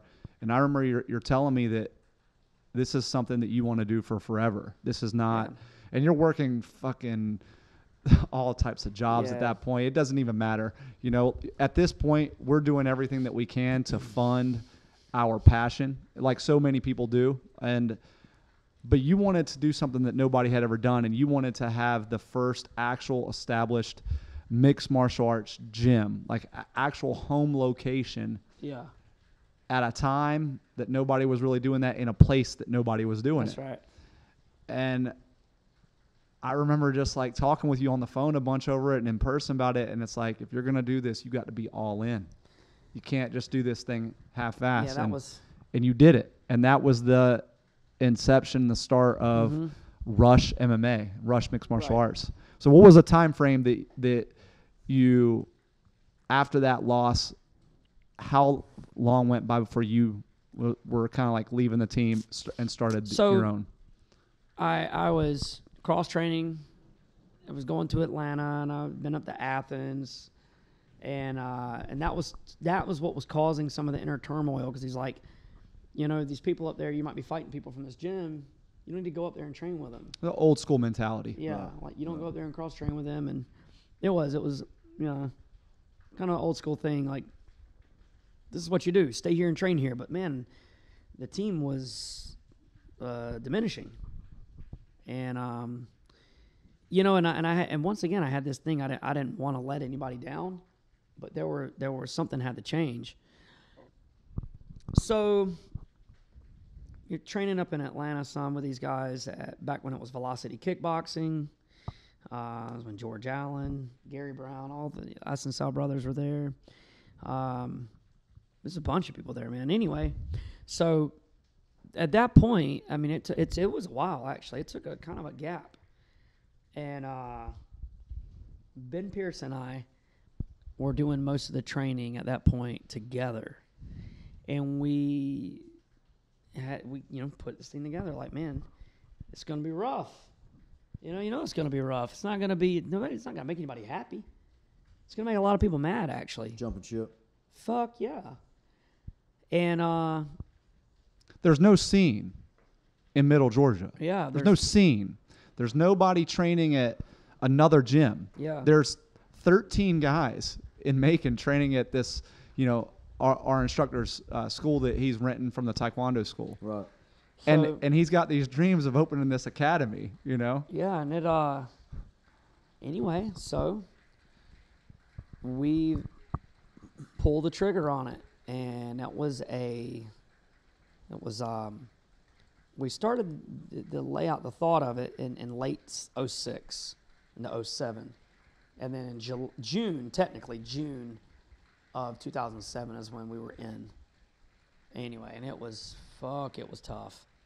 Dude, it was so tough. They were like, if you sit back and look at it, and if I were like when people talk about like the proper steps into opening a business, every cardinal rule in there was out the window. That shit was out. You didn't have any like a mentor or any type of guidance into opening this? So no, because it was the first. It was the first, but not only that, listen to this. Everybody was telling us we were too young. I'll never forget that. Adam Singer, you're too young. You're too young. Wait, you're too young. It was a bad idea to everybody. Was that a too young that financially you don't know enough, or I think it was a little bit of both. Too young in the a little bit of game, both. Like as far as like you don't know enough your to do age. this. Yeah, you guys don't know what you're getting into. You're too young. And anyway, man, it so that was tough, man. We had to eat. We had to sit here having to hear that, and then it just think of that, dude. Like, if I try to if anything, the lesson to be taken from here, man, is you do have to listen to your gut instincts and your like intuition. And I'm over here telling them, do it. Yeah, go all like, in. You're too young. I need a place to train when I come home. Yeah. And I don't want to drive to Athens. Right. Anyway, and dude, when we did it, it took off. It took off Immediately. So you open up the first spot. Yeah. Now, how big? Where was it at? It was considered downtown Macon still. It was right next to Rose Hill Cemetery. It was across from this janky, sketchy ass hotel. And then you got to think, in 2007, man, at the time, nobody was really going to downtown Macon. They were starting to try to come out of the woodworks. Like downtown Macon, Mercer University hadn't invested all that money in downtown Macon yet. Nobody was going anywhere off of Cherry Street. You weren't going down there though, man. Like it's the number one murder capital in the southeast or something. Right. That's what we heard. Yeah. So it was like, so anyway, here we are downtown, and it was an older building. But man, let me tell you this: we had no established. He used to work in the building. Yeah, I used to work there when it was making muscle. Gotcha. Yeah, it was like a powerlifting facility. Yeah. So anyway, when me and Ben Pierce went there, spent late nights, man. We had a generator powering the lights, not the lights in the building, our own lights, so we could paint until we got cleared into the permit to get the fucking power. I mean, it was like so many things that were like, I mean, you know what I mean? Like it was all, not to say backwards, but it was backwards. It was like we took the biggest leap of faith, man. And a lot of things now that you take for granted. For sure. And weird. It was like my childhood all over again. Not many people got to see it come from where it was into where it grew to be. Mm-hmm. And but man, a lot of people loved it, and they were immediately in. Now, you got to think the time in MMA is rough. We weren't seeing little Timmy down there with his mom. Yeah, like when I remember you guys picked me up from the Ultimate Fighter finale. Yeah. And when I came in, like that was kind of around the time you guys just opened. But I remember the place was packed for your first practices. Yeah, it was slammed, but it was hard style. It was like the way we came up. Yeah, he was doing that. Like really hard training, but we had eventually, I had big influences from Dean Thomas, Mm-hmm. who's still to this day one of my biggest, mentors with it. And then Adam and Rory Singer. I talked to Adam a lot. There were guys like that who I would speak with about, just gym issues. And Dean used to give me some of the best advice. So did Adam. And that's just for general stuff like, hey, this is how you need to lay out the schedule. Like, man, it was dealing. It was stuff. It was anything from like that to like talking to people. It was dealing with athletes. Holy shit, that was one. Egos. But yeah, Dean was really good with that, man. He was awesome when it comes to like guiding me with that stuff and talking to me about it. But anyway, dude, I took a big leap of faith with that shit, man. I mean, dude, I couldn't tell you what the fuck was gonna happen the next day. You know what I mean? You go to the bank to talk to them. That's what I was gonna say, and you're taking out money. And and not only that, guess what it is? The recession. The recession is setting in. You know what I mean? Like, but people were going to spend money at that gym because they wanted to try to remain happy, give themselves some kind of a guiding light at the end of this like wild, ride we're about to go through as an economy. Hey, but UFC is slamming it this time. Yeah. Affliction is like the clothing brand, and they have their own show. So even though everything else was going down, this is during the highest rise of mixed martial arts. Bubby probably could have charged twice as much for what he was doing, and people would have paid it to be a part of it. To be a part of it, even have their names associated with an MMA gym. Mm-hmm. That was something that people wanted to do back then. Everybody had a tap out shirt. Yeah. Oh, dude. 100%. Tap out or affliction. Tattoo on his neck. Shit, I've seen that. Yeah. Yeah, we see it. So now you're making the transition. You're still fighting, but you're really becoming a coach at this point. Yeah. And you're trying to do both at the same time, which they always tell you never to do that. So this is also something you're doing bass backwards. Yeah. You're starting your professional career. Yeah. At the same time, you're coaching amateurs and pros. Your guys are killing it. So, like the way your coaching style, you're taking these guys to Alabama. You guys are going all over. You're picking up a couple pros as training partners along the way, like Brian Goldsby. Yeah. You groom him from amateur to pro, and he becomes one of the most awesome fighters that you end up coaching of all time. And Kevin Smith's coming in the door, and a lot of other good guys are coming in too. And you have your professional debut, Valdosta, Georgia. Oh, yeah. Forgot about that. Yeah, you forget about that. Forget about that. Yeah, I did. And does it feel different now? Because it's your team now. It truly is yours. Yeah. I had nerves going into it, but just, I don't know, once again, kind of anticipation, ready to go. Nerve-wracking, ready to see. Oh, and I knew there were just leap years of skill set that had come. You know what I mean? Like leap years, I had felt that I had like made adjustments and just felt better. Which is unique because you don't. Ben is helping coach and train you, sure. obviously, and he had a great mind for that type of stuff and holding pads and just MMA style of coaching. But you guys were the students. That's now right. You're teaching other people. Yeah. So like, who's coaching you? Well, we're making the trip to Atlanta, and that was fucking brutal. Once again, back in the room, Rafael's up there, Jeff Bedard's up there, Brian Bowles is up there, Stephen Ledbetter, Jucao, of course, is running it. So you're maintaining proficiency training with the guys that were on the fight scene at the time in Georgia. Tuesday and Thursdays at pro training in Atlanta. And, but still, though, even then, man, I mean, I had my main bunch at home. Goldsby was my main partner. Yeah. He was my size. He's 135-pounder.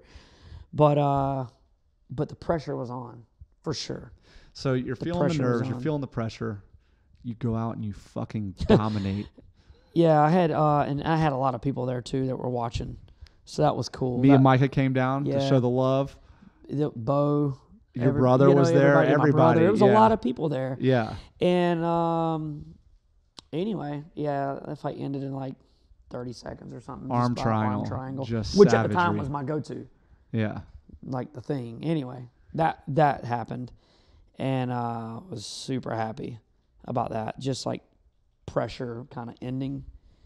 And it didn't stop. We went right back home, went right back to training. Like it didn't end because we were, trying to stay on it.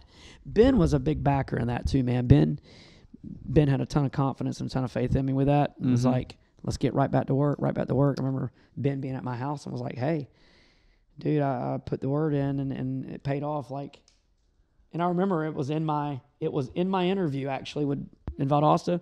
Like, what are your goals? And I was like, I want to fight at Palace Fighting Championship. At the time, they had opened up as like the all-star team for flyweights. Now, Now, this is prior to- Palace Fighting Championship was an offset organization that came off of the WEC. Okay. So the WEC is now Zuffa owned, but they're not really doing 125. So Palace Fighting Championships is operating where WEC used to operate at the Tachi Palace Casino in Lemoore, California. And they're going to do this 125 tournament of some of the best guys that are not in Shudo. But other than that, the guys that are not fighting in Japan, it's everything that's in the best, definitely in our country. And he gets an opportunity to be in this tournament, and it's pretty cool. It was neat, man. They, they were signing Pat Ruiz, I think his name. Yeah, this kid's tough. Ulysses Gomez is in it. Gomez is in it. Yeah, Joseph Benavides. That little Thai guy, what was his name?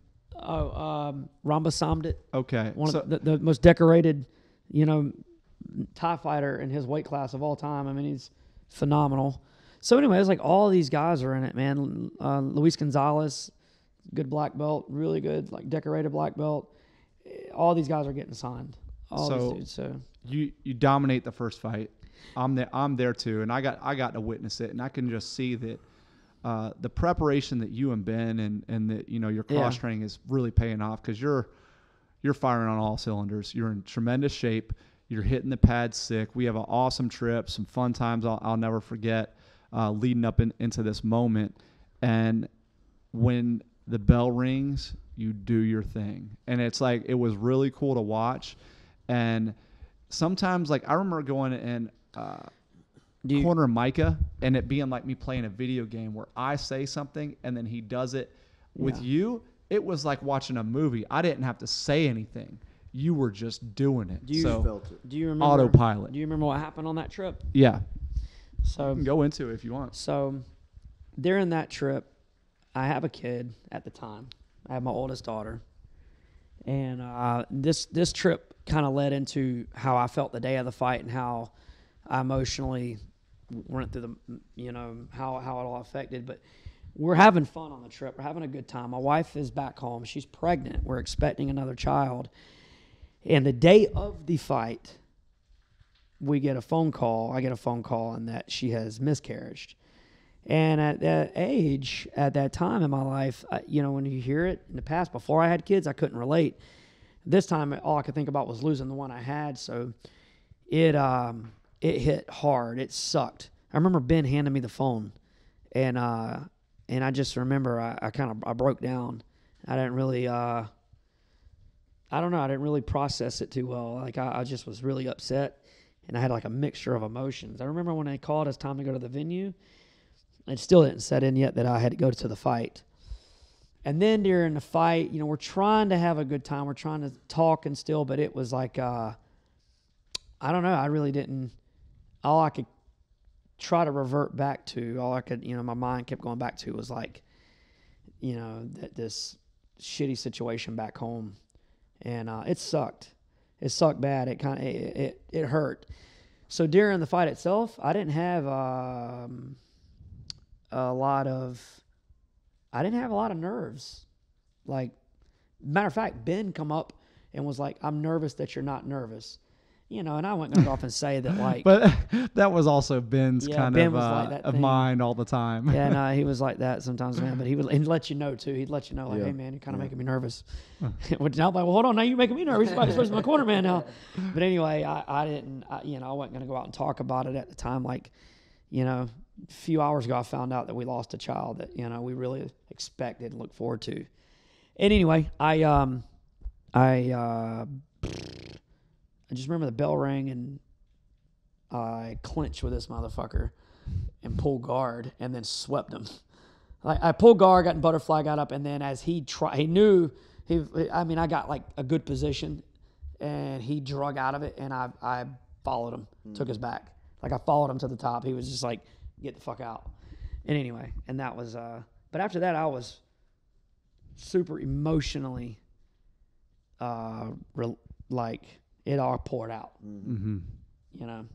So anyway, it was a mixture of emotions. Very happy I won the fight, but very ready to go home because I was like kind of wondering what was going to be. Yeah, I mean, like you didn't have time to really talk to your wife or embrace her or yeah, it was it was share that different, moment man. It was together. big time different. That was the first hard blow I got to the gut. Like that one hurt, you know. When you get home, man, I remember going up the airport, and I remember, you know, seeing them, and that was like when it grabs. Yeah. That's when it hits. But anyway, it's shit like that. It makes you. It makes things stop. Makes time stop for a second because you're like, fuck, I fucking left and this happened, you know, and you're not to blame for it, so to say, but you do feel like shit. You know, like, damn, dude, this is a shitty situation. But there was some, you know, we had a good trip. We pulled out this win, and then it was right back to getting ready to, you know, to go back at it again. Mm-hmm. You know, and mind you, at this time, man, like we're still running the business, and we had a big after party. We had fun. Come home, we try to decompress a little bit, but I couldn't help but to know that somebody was on my ass because I knew it was. After that, I was like, they're on me because the tournament's in. This is it. At the time, the write-ups are coming out that whoever won that night was going to be the guy they had poised to be probably one of the flyweight champions. Mm-hmm. And you know, and so a piece of me is like happy that my name is being considered to even be fortunate enough for that. And the other half, I'm like, this is about to get gritty. Right. This is about to get dirty, you know. And so you get the call back for the next show. They call it a loss, then it's replaced as a no contest. Then I saw it as a loss, and it's on a loss on like two other sites as a win on this one. But basically, you look phenomenal. You jump this guy's back. He's standing. He jumps backward. Yeah, the back of his head strikes your face, which strikes the canvas, and you're knocked unconscious. Which, if it's the blow of a head strike, that's technically a headbutt. Yeah. Which I don't know if it should be a loss or a no contest. It was inadvertent, I think. The head part was inadvertent. But that's what did it. The shorts grabbing, like the strapping on and intentionally spiking is what they were after. But that was what they, you know. That puts you out. And oh yeah, you suffer concussion. Man, I suffered a bad one because when people get hit and the lights turn out and they go limp, that's one thing. When you lock up, that's another. That was a bad knockout. I was confused. I think I couldn't place the days. I couldn't place like the lead up to that. Mm-hmm. And watching it on video, I was like, I'll tell you, like anybody, that motherfucker got handed a horseshoe because watching him celebrate, he knew he was on his way out from front to back. Matter of fact, had I won that fight, that was leading me to the title fight right after that. Gotcha. And anyway, that was like, motherfucker. I got an interesting question for you. So, like, I look at this and I see like the dates, and I start thinking about where you are in your life and where you are in your career. You don't ever fight again after this moment. Correct. But then you don't just like really hang up the gloves. You just get right back to work. This is the same time frame where you're starting, the guys that you had as amateurs are now starting to be pro, and you start going from being a MMA guy and you start pursuing gi jiu-jitsu in this time. Yeah. So like you don't fight anymore. And I want to get into that in just a little bit, but you replace it with all in on coaching and jiu-jitsu, and you start making the biggest gains in your grappling, your MMA fight IQ, your striking goes up, way higher than it ever was while you were fighting. Yep. So like during this area over the next 5 years, because this is 2007 when you lose this bout, you just don't really fight again. But then you Right. become the best fighter and the best version of yourself. What's Yeah. going on with that? So Like, why didn't you ever fight again? well, what happened after that? I blamed a ton of it on. I was like, I should have never, shoulda, coulda, woulda. I should have never followed the guy to the feet. I should have let go. I should have just stretched the shit out to another round. Tachi had 3-minute rounds. I didn't know that till I got out there. I was like, holy shit, 3 minutes. I've been training 5s, which doesn't mean you're gonna last. You just train for a marathon, not a sprint. But anyway, so I had a lot of shoulda, coulda, woulda moments. I sat back on that, and I was like, I'm going to really gear up on BJJ. And Cole had pressured me all the time about, like, get in the gi. And I finally got in the gi. Reluctantly. Finally got in the fucking gi. It was Hey, like, no, but you gotta say it. I got to say what? Say it. I don't know. I got in the fucking gi. No. You were right, Cole. Oh God, he was like, if you get in the gi, it'll help starting to solidify certain things in your game. It did. It makes you open minded. So I was right. No, listen, because no-gi jiu-jitsu opened up portions of my wrestling that brought out the best moments of wrestling that you know what I mean? Mm-hmm. I developed that, blah, blah, blah. Gi began, for me, things started to click. Process, like grip fighting, became a real factor for me. And, of course, better defensively. And anyway, playing a different game, playing the same rules but a different way, helped develop me mentally.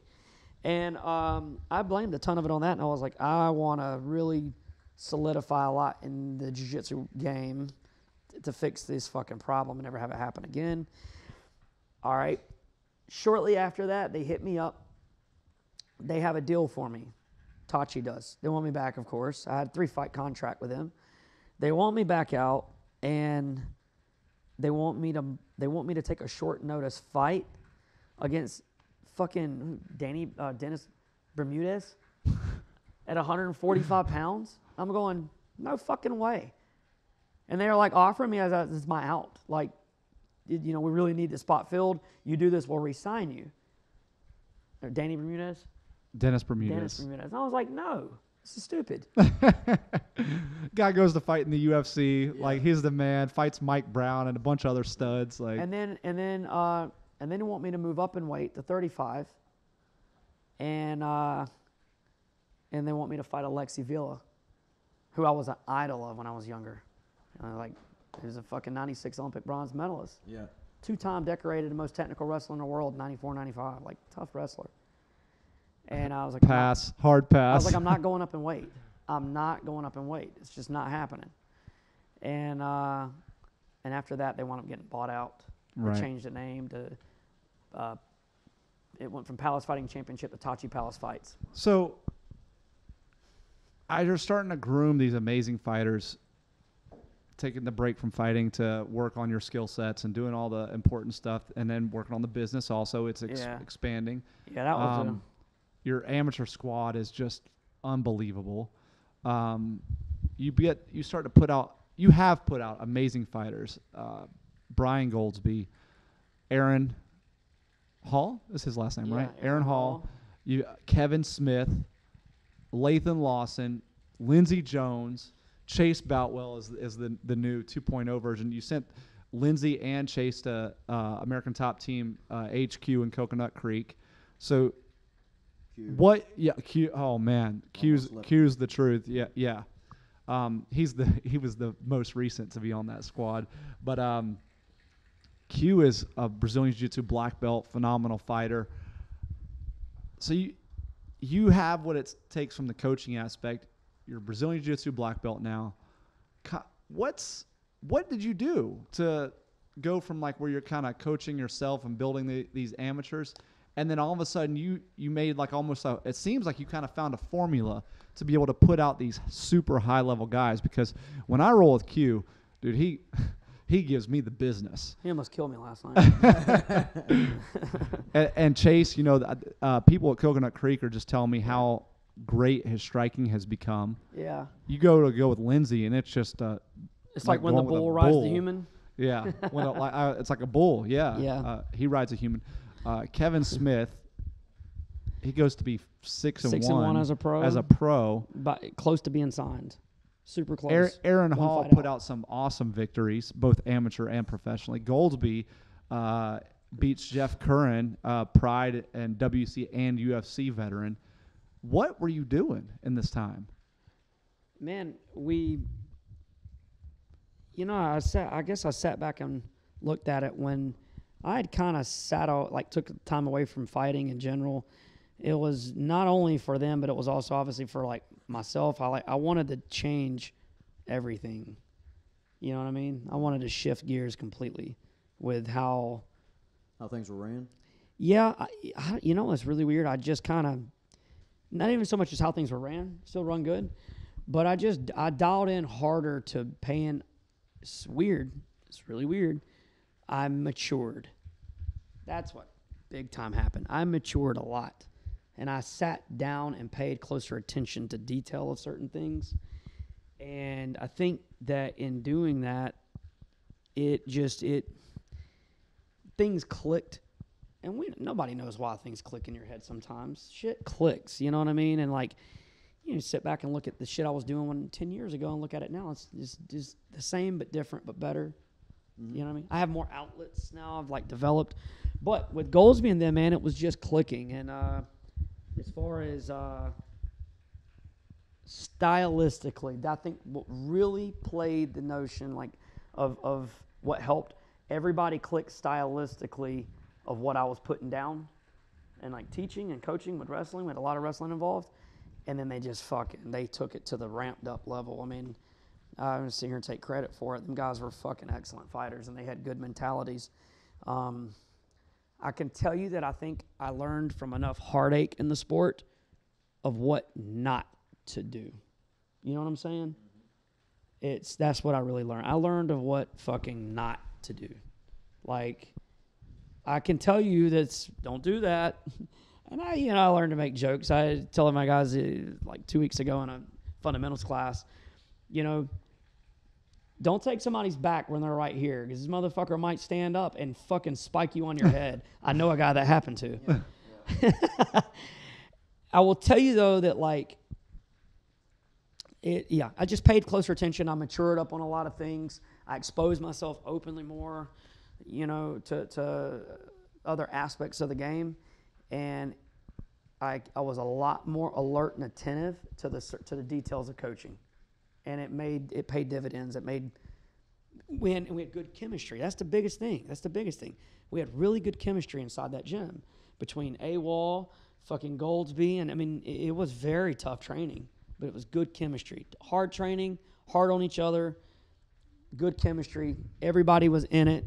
We tried to educate people on why they're doing what they're doing, and that pays dividends. It like you create a smarter fighter, you know what I mean? And honestly, it made everybody better. It made me better. I mean, I had now I built my people around me, and they're fucking climbing my ass. What? Yeah, shit. Yeah. What do you think is your proudest moment as a coach? Do you have one? Yeah, and it's not taken away from any of my fighters. My proudest moment as a coach is not being as hard on my daughter, and it's just letting her enjoy it, because that's very hard for me. Because a lot of passionate people get mistaken as crazy people. I mean, no, Dean Thomas has watched it. I've thrown chairs in locker rooms. You know what I'm saying? I've seen you do it on where your guy won. Yeah. I mean, I've taken him. I've ripped the metal off somebody. I'd never tell you that I'm an easy person to deal with. I'll tell you this, but if you decide to get on that train and ride the train with me, I won't quit on you. We'll fucking ride out, but you might get abused verbally and physically along the way. So, Lindsey Jones can attest, but my proudest moment is not doing that with my daughter.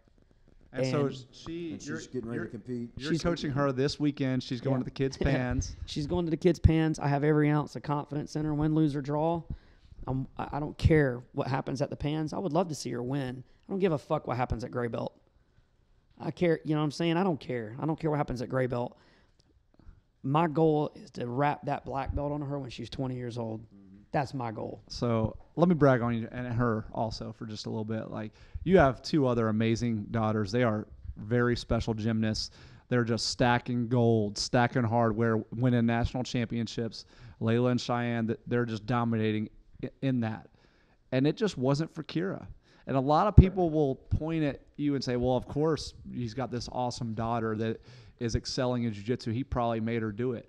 And I witnessed I've heard it. that. I witnessed it. I've heard that. That pisses me off. He never made her do it. In fact, if anything, it was like he's always said, you guys will always train, but when you guys need to take breaks, just take breaks. So he's always been the kind of, here, they want to do it for a month and then go away for 6 months.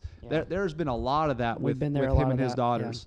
Yeah. But Kira was doing cheerleading. She just didn't do the gymnastics. She just didn't do what the other kids did. Yeah. The other daughters. And she came across jiu-jitsu and wrestling on her own. Bubby never pressured her to do it, never mandated that she do it. And people think she's been training her whole life because he's had the gym since she was born. I know that is false. And just here recently, the past, 2 years? Yeah. 2 years. 2 years, she's picked it up. She hit it going because she's got some special athletic gifts, kind of like how Bubby does. And wrestling has come natural to her. Jiu-jitsu has come natural to her. And I don't mean to say natural like, oh, she had it easier than somebody else. Right. She had to work for it. But she is obsessed. And it's not obsessed because he's obsessed. It is really her own. And I think that's one of the coolest things about Bubby and Kira. That's what my wife always liked. The internet world probably doesn't know you have 2 other kids. Yeah. I was like, yeah, they do. Yeah, they do. But I didn't, when people say like, you wish you had a boy or anything or whatever, I didn't care what I had. I'm happy I have somebody to share my passion with. That's what I'm really happy. I'm really happy on that. And then people think that she's, had it easy. No, she hasn't. She's been in that hallway. Everybody knows that hallway. She's been in that hallway outside of that venue catching ear abuse before. Kind of, like, hey, I know you're better than that, and I know you are better than that. I don't like to see you that passive. That's going to be fixed. We're going to fix that. When we get home, we're going to fix that. We're going to, but what people don't understand is my daughter got involved. What really made her hooked on jiu-jitsu, she got bullied. She had some horrendous things happen to her at school.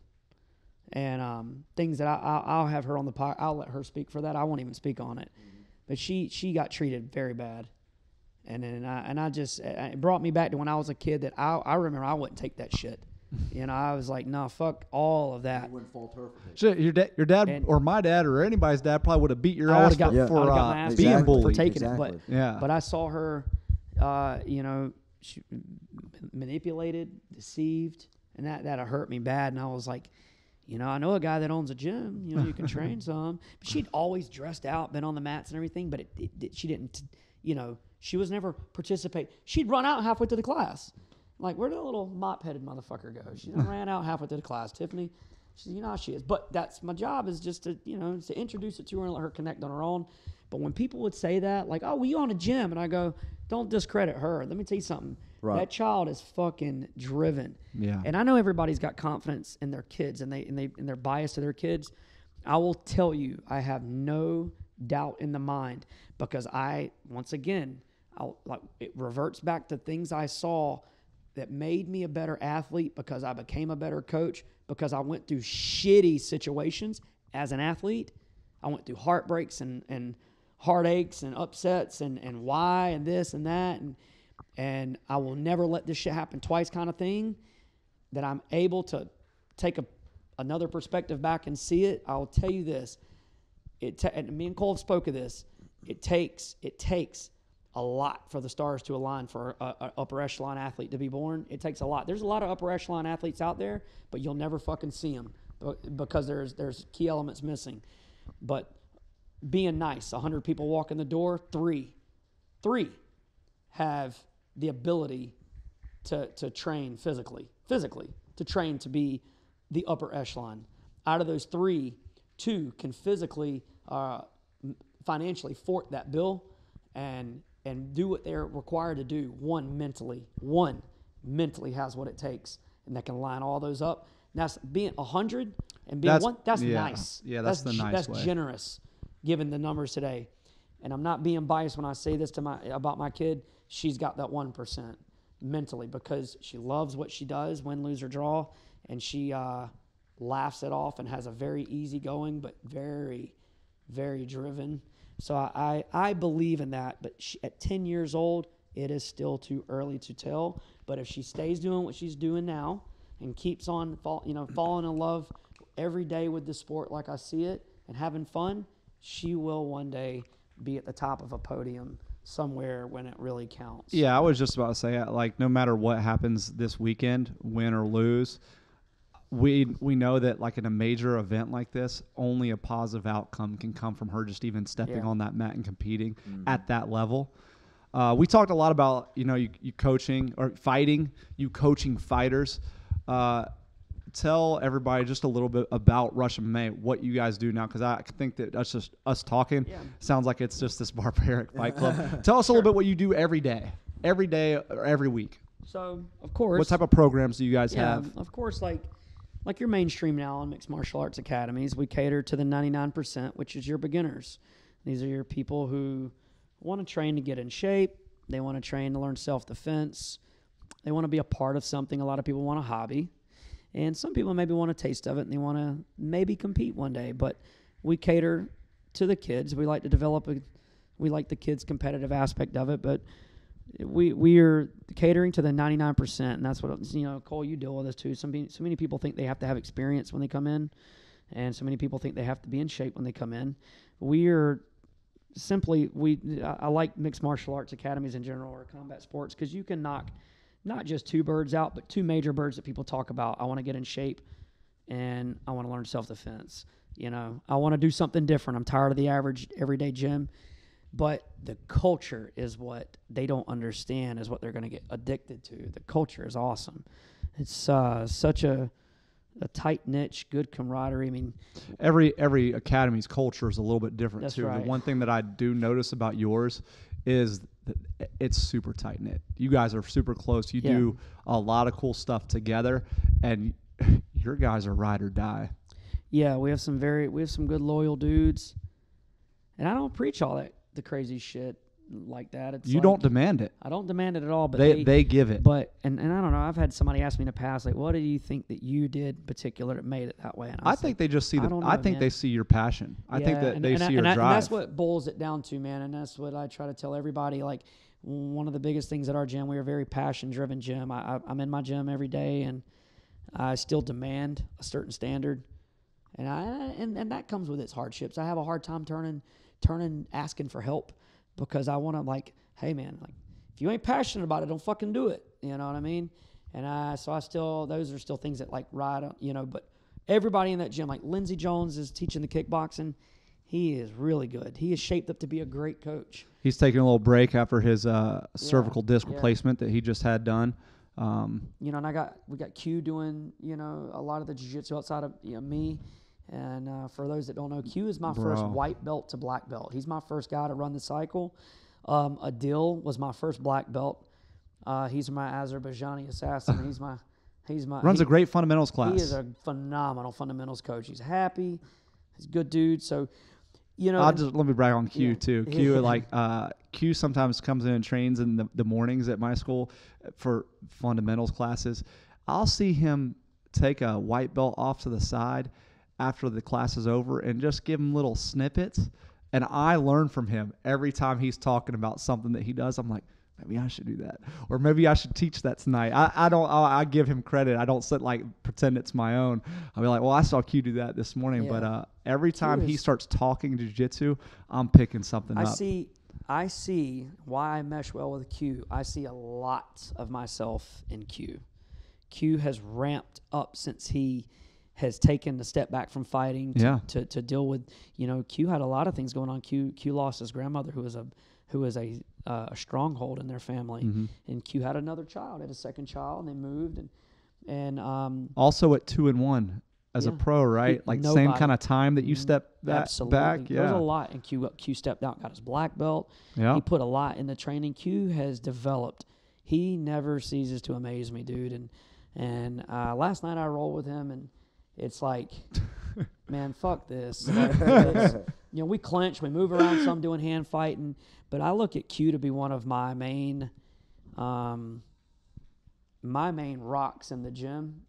You know, especially He's like a team captain. Yeah, he is. He's a team captain. If I ever grew to compete again, you know, if I went to fight again, Q would for sure. I'd want him in my corner for sure. I'd want to take him on that ride because, as much as you know, I've been on that ride with him. Like there's a lot I see in myself in Q, and I know You guys talk the same too. we do. I know a lot. I know Q has got so much more left in him. Oh man, Same. Nobody wants to fight him because they know he's tough. I don't even want to roll with him. Yeah, me neither. But I try to avoid it. it's every tough. time. You got to pack your fucking lunch when Yeah. you train with him. You do. And I mean that's just the reality of it, dude. Like he is the best kept secret. I guarantee you in Georgia. So hopefully some promoters see this and they put him on the card. Yeah, he's the best kept secret. He is an absolute stud. What about 36-year-old William David Mitchell Jr.? What about him? Bubby. What about Bubby Mitchell? Is he going to fight again? I for sure would like to. Would like to. I for sure would like to. Okay. I don't have, you know, like I don't need the money. I like it. I miss the feeling. You know what? I get heckled by my own fucking children. They're like, mainly by Wee Wee, my youngest one. She's like, when are we gonna see you fight? and I would like to give them that. They're old enough to understand. The coolest thing about my kids being raised in my gym is they've seen me be punched. So it's not like new to them. You know what I mean? You know what I'm saying? Like Link's never seen me get punched. I don't really get hit. Well, you remember fucking Charles McCarthy strangling that dude Oh yeah. in Valdosta. You done fucked up You done now. fucked up now. And the kid, the dude's daughter. No, is Daddy. Screaming. Dude, it's horrible. Like, get that fucking kid out of here. That's also on YouTube. You That's can check on that YouTube, out. bro. That's hey, that shit. Charles McCarthy versus Fuck that. Fenno. James Fenno, Ryan Fenno, something like that. You guys got to check Yeah. that out. That's a crazy bout. That shit was wild. But yeah, I would. 30. The goals that I have this year in 2020 are pretty simple. I want to compete in the Masters. Okay. Masters Worlds in August. Yeah. July, August. I want to do gi or no gi. Prefer not to play that fucking bullshit pajama game, but I'll do the no, if I have to. But no, I would like to do. I would like to obviously participate in some no gi. I had fun at the Rush Cup. I jumped in to even out a bracket, and that was fun. You look good. So, What it's about fun. I just want to feel healthy, man. That's fucking A. I'm gonna come see Joe for yoga for sure. I kept saying that. I'm not gonna be one of those. One dudes. day. I'm not gonna be one of those guys. I'm coming. Anything you want to say in closing? No. I think we brushed up on whatever. Yeah, my social media is Bubby Mitchell MMA, and a lot of times, what you'll see on my shit. I'm a car fanatic, and I have a fucking. That's its own podcast. Yeah, so I'm a car fanatic. So on my shit, you'll see whatever. You'll see a lot of my kids on there, or some people say just my one kid, and man, I like posting happy shit. So Follow my man on IG. yeah, Bubby Mitchell MMA. Of course, I'm on Facebook, but it's maxed out. But IG is what I post mainly at. And outside of that, keep an eye out for us. We'll be all over around the Southeast area this year. I don't have an IG for my daughter just because I don't believe in that. Your shit. gym has one, right? But my gym has one. It's Rush MMA Macon, and I post a lot of my daughter on there too. So if you guys want to follow her trip to the Pans or my girls in gymnastics, kind of give us a follow and check it out. It's I try to stay away from the bullshit. And for you guys out there that might be in the Macon or Middle Georgia area, it's 310 6th Street, Macon, Georgia. Go and see him.